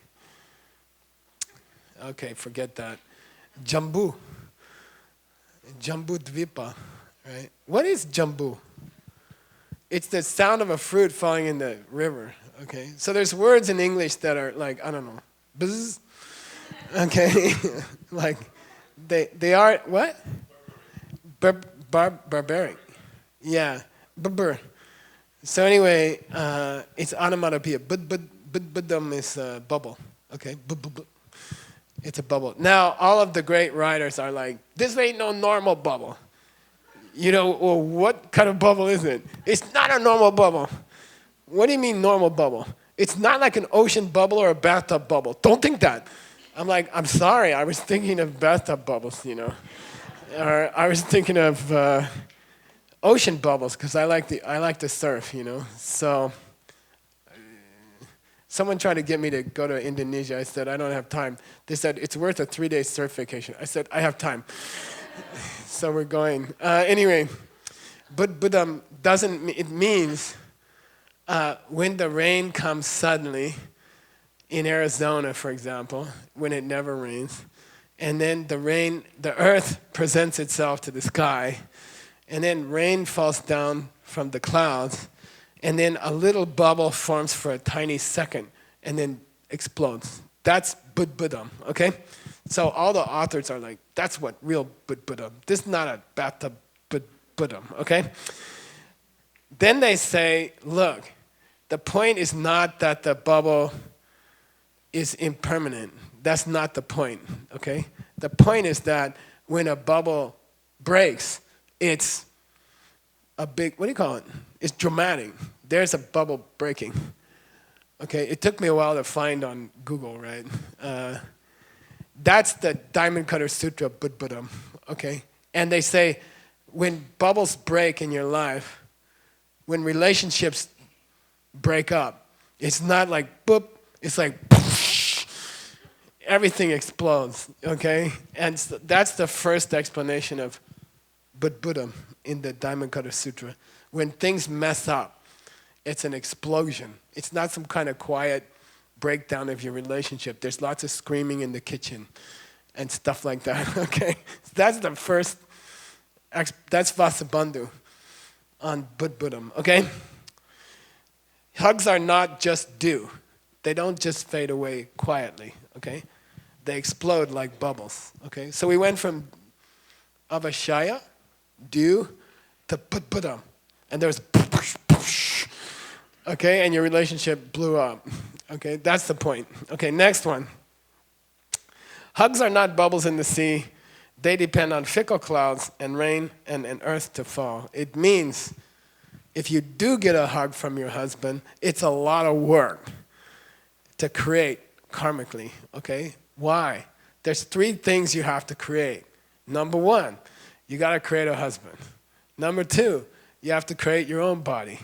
Number 3, you got to get your body into the same kitchen as your husband's body, and then you got to create an action between the 2 bodies. So it's difficult to get all those 3 causes in the same room. A husband you who are huggable, your husband who is huggifiable, and then for the hug to happen. It's like clouds and the earth and the bubble. You see, the bubble depends on many things coming together at the Sanskritam. Many things have to come together at the same time to get one hug. Okay, so they're expensive. Hugs are expensive. That's why you don't get so many hugs. Okay, number 3. Bubbles are made of water. Before they come in the puddle is water. After the bubble forms, it's still water. And then when it pops, it's still water, drops of water going around. So the material, the stuff, is all water. But in Buddhism, every part of the hug, you coming in the kitchen, the husband coming in the kitchen, and being close enough to have a hug, and he's not mad, okay? Those 3 things are like a bubble because they're all the same water. And to Kamalashila, it's all made of the same stuff, which is pain. Okay? A hug is pain. And it's depressing, okay? He says, look, hugs are pain, okay? All hugs are pain. All bubbles are water. Whether they're forming, or they're sitting there, or they're exploding, they're all pain, A hug is just pain in a different package, Then you're like, why are you so depressing, Kamalashila? Why can't you say something nice about a hug? He says, think about it, Number 1, when you don't get a hug, you feel upset, right? Number 2, when you do get a hug, you have to stop hugging at some point. Hugs, the beginning of a hug always kills the hug. Okay? Once you start a hug, you have to let go. Karma will separate you. Even if you decide to hug Andy for 12 days or something, and you hook up some pee-pee thing, still, you're going to have to let go someday. The start of a hug is the end of a hug. Okay? That's called, so far we have Dungyalki Dungyal, Gyorwe Dungyal. What's the third one? Kyabaducheki Dungyal. Okay? It means it's the human condition. The human condition is to leave those who would give you hugs. The human condition is that even if both parties want to stay together and they want to give each other hugs, they can't. Karma will separate you. Okay? Karma will tear you apart. This is Kyabaducheki Dungyal, the human condition. You can't, a normal person can't stop it. Can a person who understands the pen stop it? Yeah, that's why we're here, okay? We're not here to talk about how painful is a hug, okay? We're talking about eternal hugation, okay, which is called nirvana, okay? Nirvana is not some stupid thing where you're like in a refrigerator for the rest of your life, okay? It's endless hugs forever, okay? And it's fun, and it's cool, and you're designing hugs forever. And it's just a simple thing. It's like brushing your teeth. You have to do it every day. You have to plant hugs every day, okay? It's just like get up, brush your teeth, give somebody a hug. And then you'll always have hugs. Okay, got it? You don't have to lose your partner to death or to something like that, okay? If you understood where they were coming from and you used what you understood, there's no reason why either of you should die. And there's no reason why you should get old. It's not necessary, okay? It's unnecessary. There are whole planets where people figured this out. We're called the back of this class planet. In Buddhism, we are the stupid ones in the back of the class. We didn't figure out the seed thing yet. We're still working for money and stuff like that. Okay. Number 4. Yeah, that's okay. Korwe cup kitsemona. Dewa namyang yomayin. Who wants? You want to take a shot? Korwe cup kitsemona. What's a cup in Tibetan? Cup means needle. What's Gyalpa cup? Rajagurha. Okay. It's the mountain where Buddha taught the Heart Sutra. Okay. It's called the needle. So anyway, there's a famous sutra that says to live in this world is to sit on a needle. Okay. I don't know. Did you ever put thumbtacks on your teacher's chair in elementary school? It's great fun. If you didn't do it then, you could start now. And they jump up and they yell, and it's really fun. Anyway, according to Buddhism, you're always sitting on a needle. To be alive is to sit on a needle, okay? And so when you, and the number 4 here says, misunderstood hugs, okay? Hugs that you don't understand, all right? That's like success that you don't understand. Why me? You don't say, why me, okay? You get a hug and you're like, yeah, I should get a hug. I deserve a hug, okay? So that's called a misunderstood hug. Avidya, hugation, okay? You're getting a hug, but you don't understand why.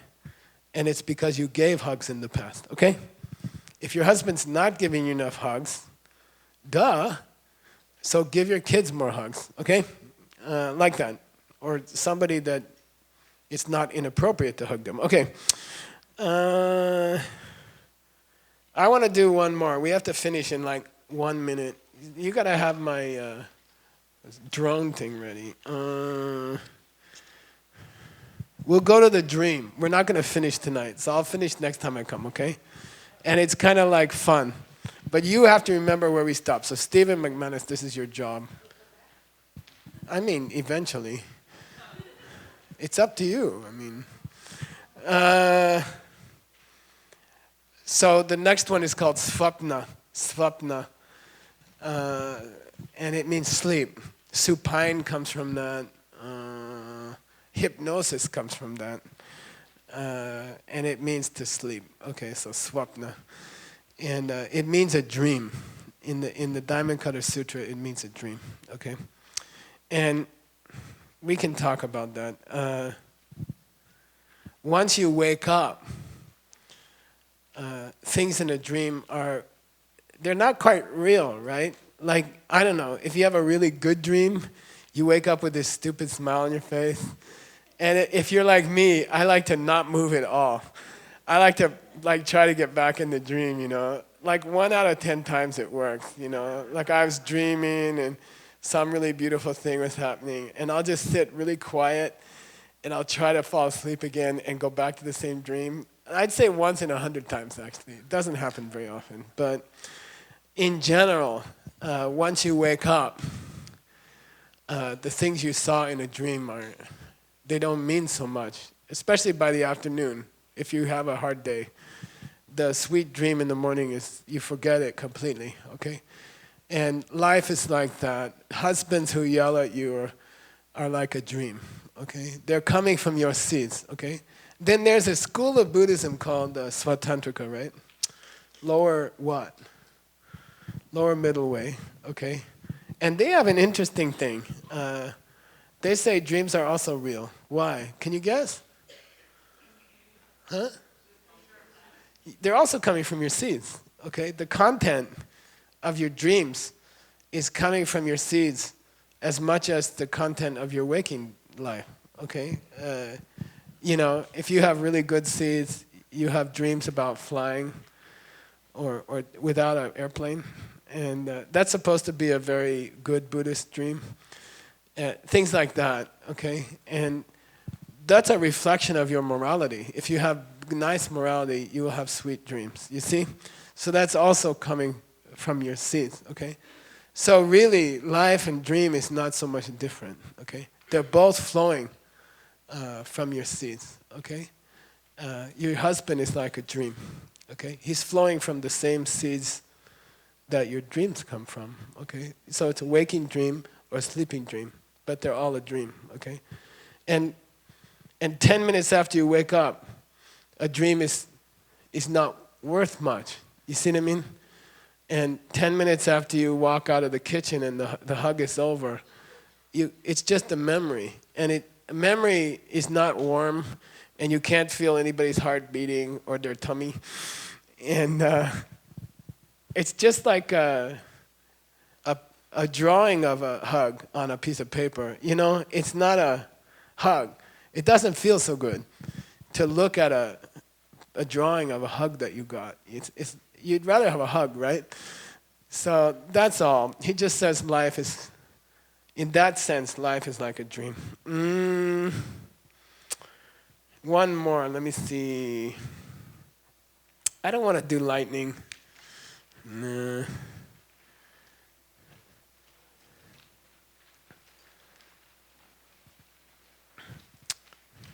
Okay, last one. I'll give you a free one. There's 3 more, there's 12 in the Kala Chakra, which is the secret teaching, okay? And in the Kala Chakra, when they quote the Diamond Cutter, this verse, there's an extra line, okay? And it says, Janyan and, what's it called, Membar and Suknyan. There's a secret extra 3, so I'm going to give it to you for free, okay? Because you've been so nice. Number 1, it means dakcha. Do you know echo? Okay, life is like an echo. Okay, and anytime someone yells at you, anytime someone says something hard to you, it's your voice from yesterday or the day before, okay? Everything people say to you, good or bad, is literally an echo, okay? So don't go blaming them, okay? They are like a wall, and you are yelling yesterday. It's just slower than you expected, and the echo comes back, okay? So everything people say to you in your life is you. It's just coming back, okay? So that's Kala Chakra, number 10 in the Kala Chakra. Second one is called Gelme, which means, this is weird. You take a sparkler and you go like this in the dark. Or you take a torch and you go like this. And it looks like a circle. Or with those baton ladies in the Super Bowl, I didn't watch the Super Bowl. Anyway, it's like there's a fire on the end of the stick, and they spin it really fast. And then for a short time, it looks like a solid circle, okay? And that's about the seeds coming out of your mind. You see, your mind is making 65 pictures per second. They are not moving. It's just coming fast, you see? It's like that fire. If you spin it fast in the dark, it looks like a solid wheel. It looks like your husband's in the kitchen. It looks like your husband's yelling at you, but it's not, you see? First moment, second moment, third moment, fourth moment. If you could slow things down, you would never get angry again. If you could slow things down, you would never ever get angry. If you could watch karma's opening in your own mind, you would never possibly get angry, okay? And you can do that. There's a practice. You can learn it at the 3 jewels, okay? They're going to teach it there. Lion's dance, right? Singha Virjambhita in Sanskrit. The dance of the lion. And you should learn it, okay? It's a practice that was taught by Maitreya in the Abhisamaya Alankara. Dene Sengi Namgimpe, Tinginsen Nanyom Shugne, Tenjin Deljun Luktundang Lumitun Matoperche. Very famous. You can learn it, okay? You can learn a meditation. It slows down the time. And you can watch seeds opening in your mind. And then you will never get upset at your husband, okay? Because you will see where the film's coming from, okay? So that's called Gelme. Fire circle? That's the number 11 from the color chakra. Number 12 is called Suknyan. Suknyan means, it's called Cheshin or Suknyan. It means reflection in a mirror, okay? That's the last one. And we'll stop there, okay? Reflection in a mirror means, and we talked about it last night, as you go through your day, you have like 10% nice things happen, or you have 20% nice things happen, or you can even put a number on it, 38% today was good, Geshe-la, 62 was not so good. But that percentage is exactly the percentage of you, of your personality, okay? So you can count what happens in a day. You can do it every hour. When the hour strikes, check if you're feeling good or not, okay? Or if things are going smooth or not, okay? And it's going to be 12 chances, right? 12 to 12, say. Check at 1 o'clock, check at 2 o'clock, check at 3 o'clock. Are things going well or not, okay? Then make a percentage. Take a ratio. I don't know, 53% not so good, Geshe-la. 53% the world was irritating to me. 47% the world was pretty nice to me. Guess what? That's exactly your personality. By the percent. You are 57% irritating to other people. You are 43% nice to... No. You see, that's the last image of the Diamond Cutter Sutra. The secret version is that life is a mirror. A precise mirror. The amount of irritating people you meet is exactly you. Okay? And yeah, everybody's going, whoa. Okay? If you want to meet more nice people, then change the... If you go like this in the mirror, Francis, if you go like this in the mirror, what do you see? You see the same thing come back. Okay? If you keep going around like, then life will look like that. Okay? And that's the last part. So I owe you a little bit from the middle, right? I owe you like clouds. Abram. And what was the one before that?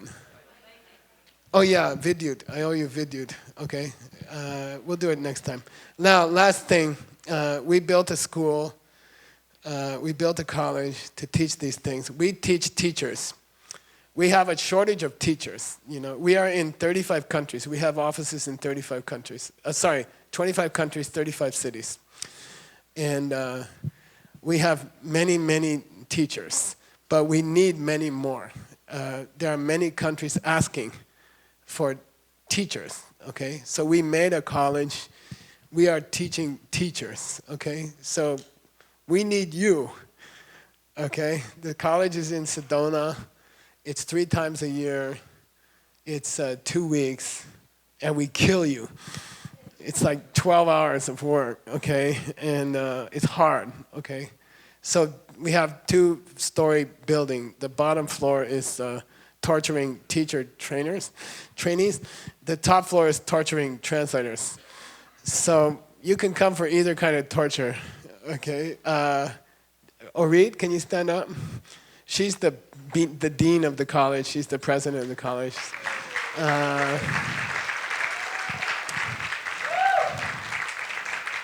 You can talk to her, but we're very, very stressed out. We leave tomorrow. We do, 6 countries in 10 days. And we have many, many, many countries asking for help, for teachers. So Buddha said every person in this room can be a teacher, okay? Buddha said that. You have, what do they call it? Buddha Garbha. You have a seed. Every human being in this room has a seed inside to be a teacher, okay? So, I hope you will consider, if you have time, talk to her, come and get trained, and then go. We desperately need more people, okay? So if you'd like to come sometime, you're very welcome. The website is Sedona College International, SedonaCollegeInternational.com, okay? And there's a new term coming up in May. After that, September. Okay, you work like a dog, but it's not like the other dog. You get great rewards. Okay, so so please think about coming sometime. Okay, and we really need people to give. We can teach you to give these kinds of talks, and there's no better life in the world than to teach people how to get everything they want. You know, there's no happier life than to learn how to teach that and share it with other people. So I really encourage you to, okay, Sedona College International. Okay, see you next time. Thank you. And I'd like to thank Chunzom. And I'd like to thank Stephen. And I'd like to thank Tim. Thank you. Okay. And they work really, really hard. They work all year. They stress about the money. They're still stressing about the money. And I'd also like to thank all the VIP people who came today. They paid for not a bad lunch, but it wasn't worth what you got charged. But they paid, I think, $10,000 for this program so that we could hold it for free. So thank you very much for doing that. Yeah. Okay. Please come back soon, Geshe Michael. Real soon. Thank you.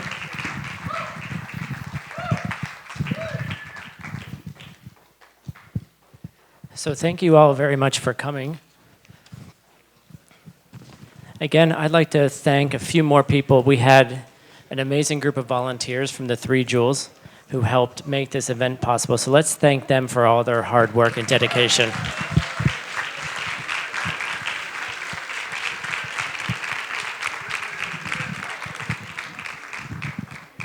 I'd also like to thank our Diamond Club members.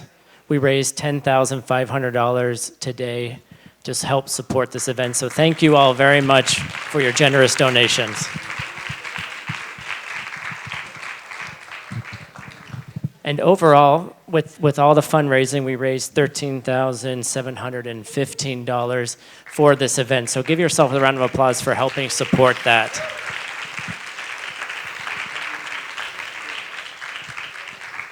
And that really helps make these events free for you. This event total costs $25,000, well, $25,050. So thank you all very much for your support to make this possible. And we hope to see you again next year. We have programs at the Three Jewels all year long. Please come visit us there. And if you'd like to join any of our retreats, come to us at asianclassicsinstitute.org. And we'll hope to see you again next year. Thank you very much for coming.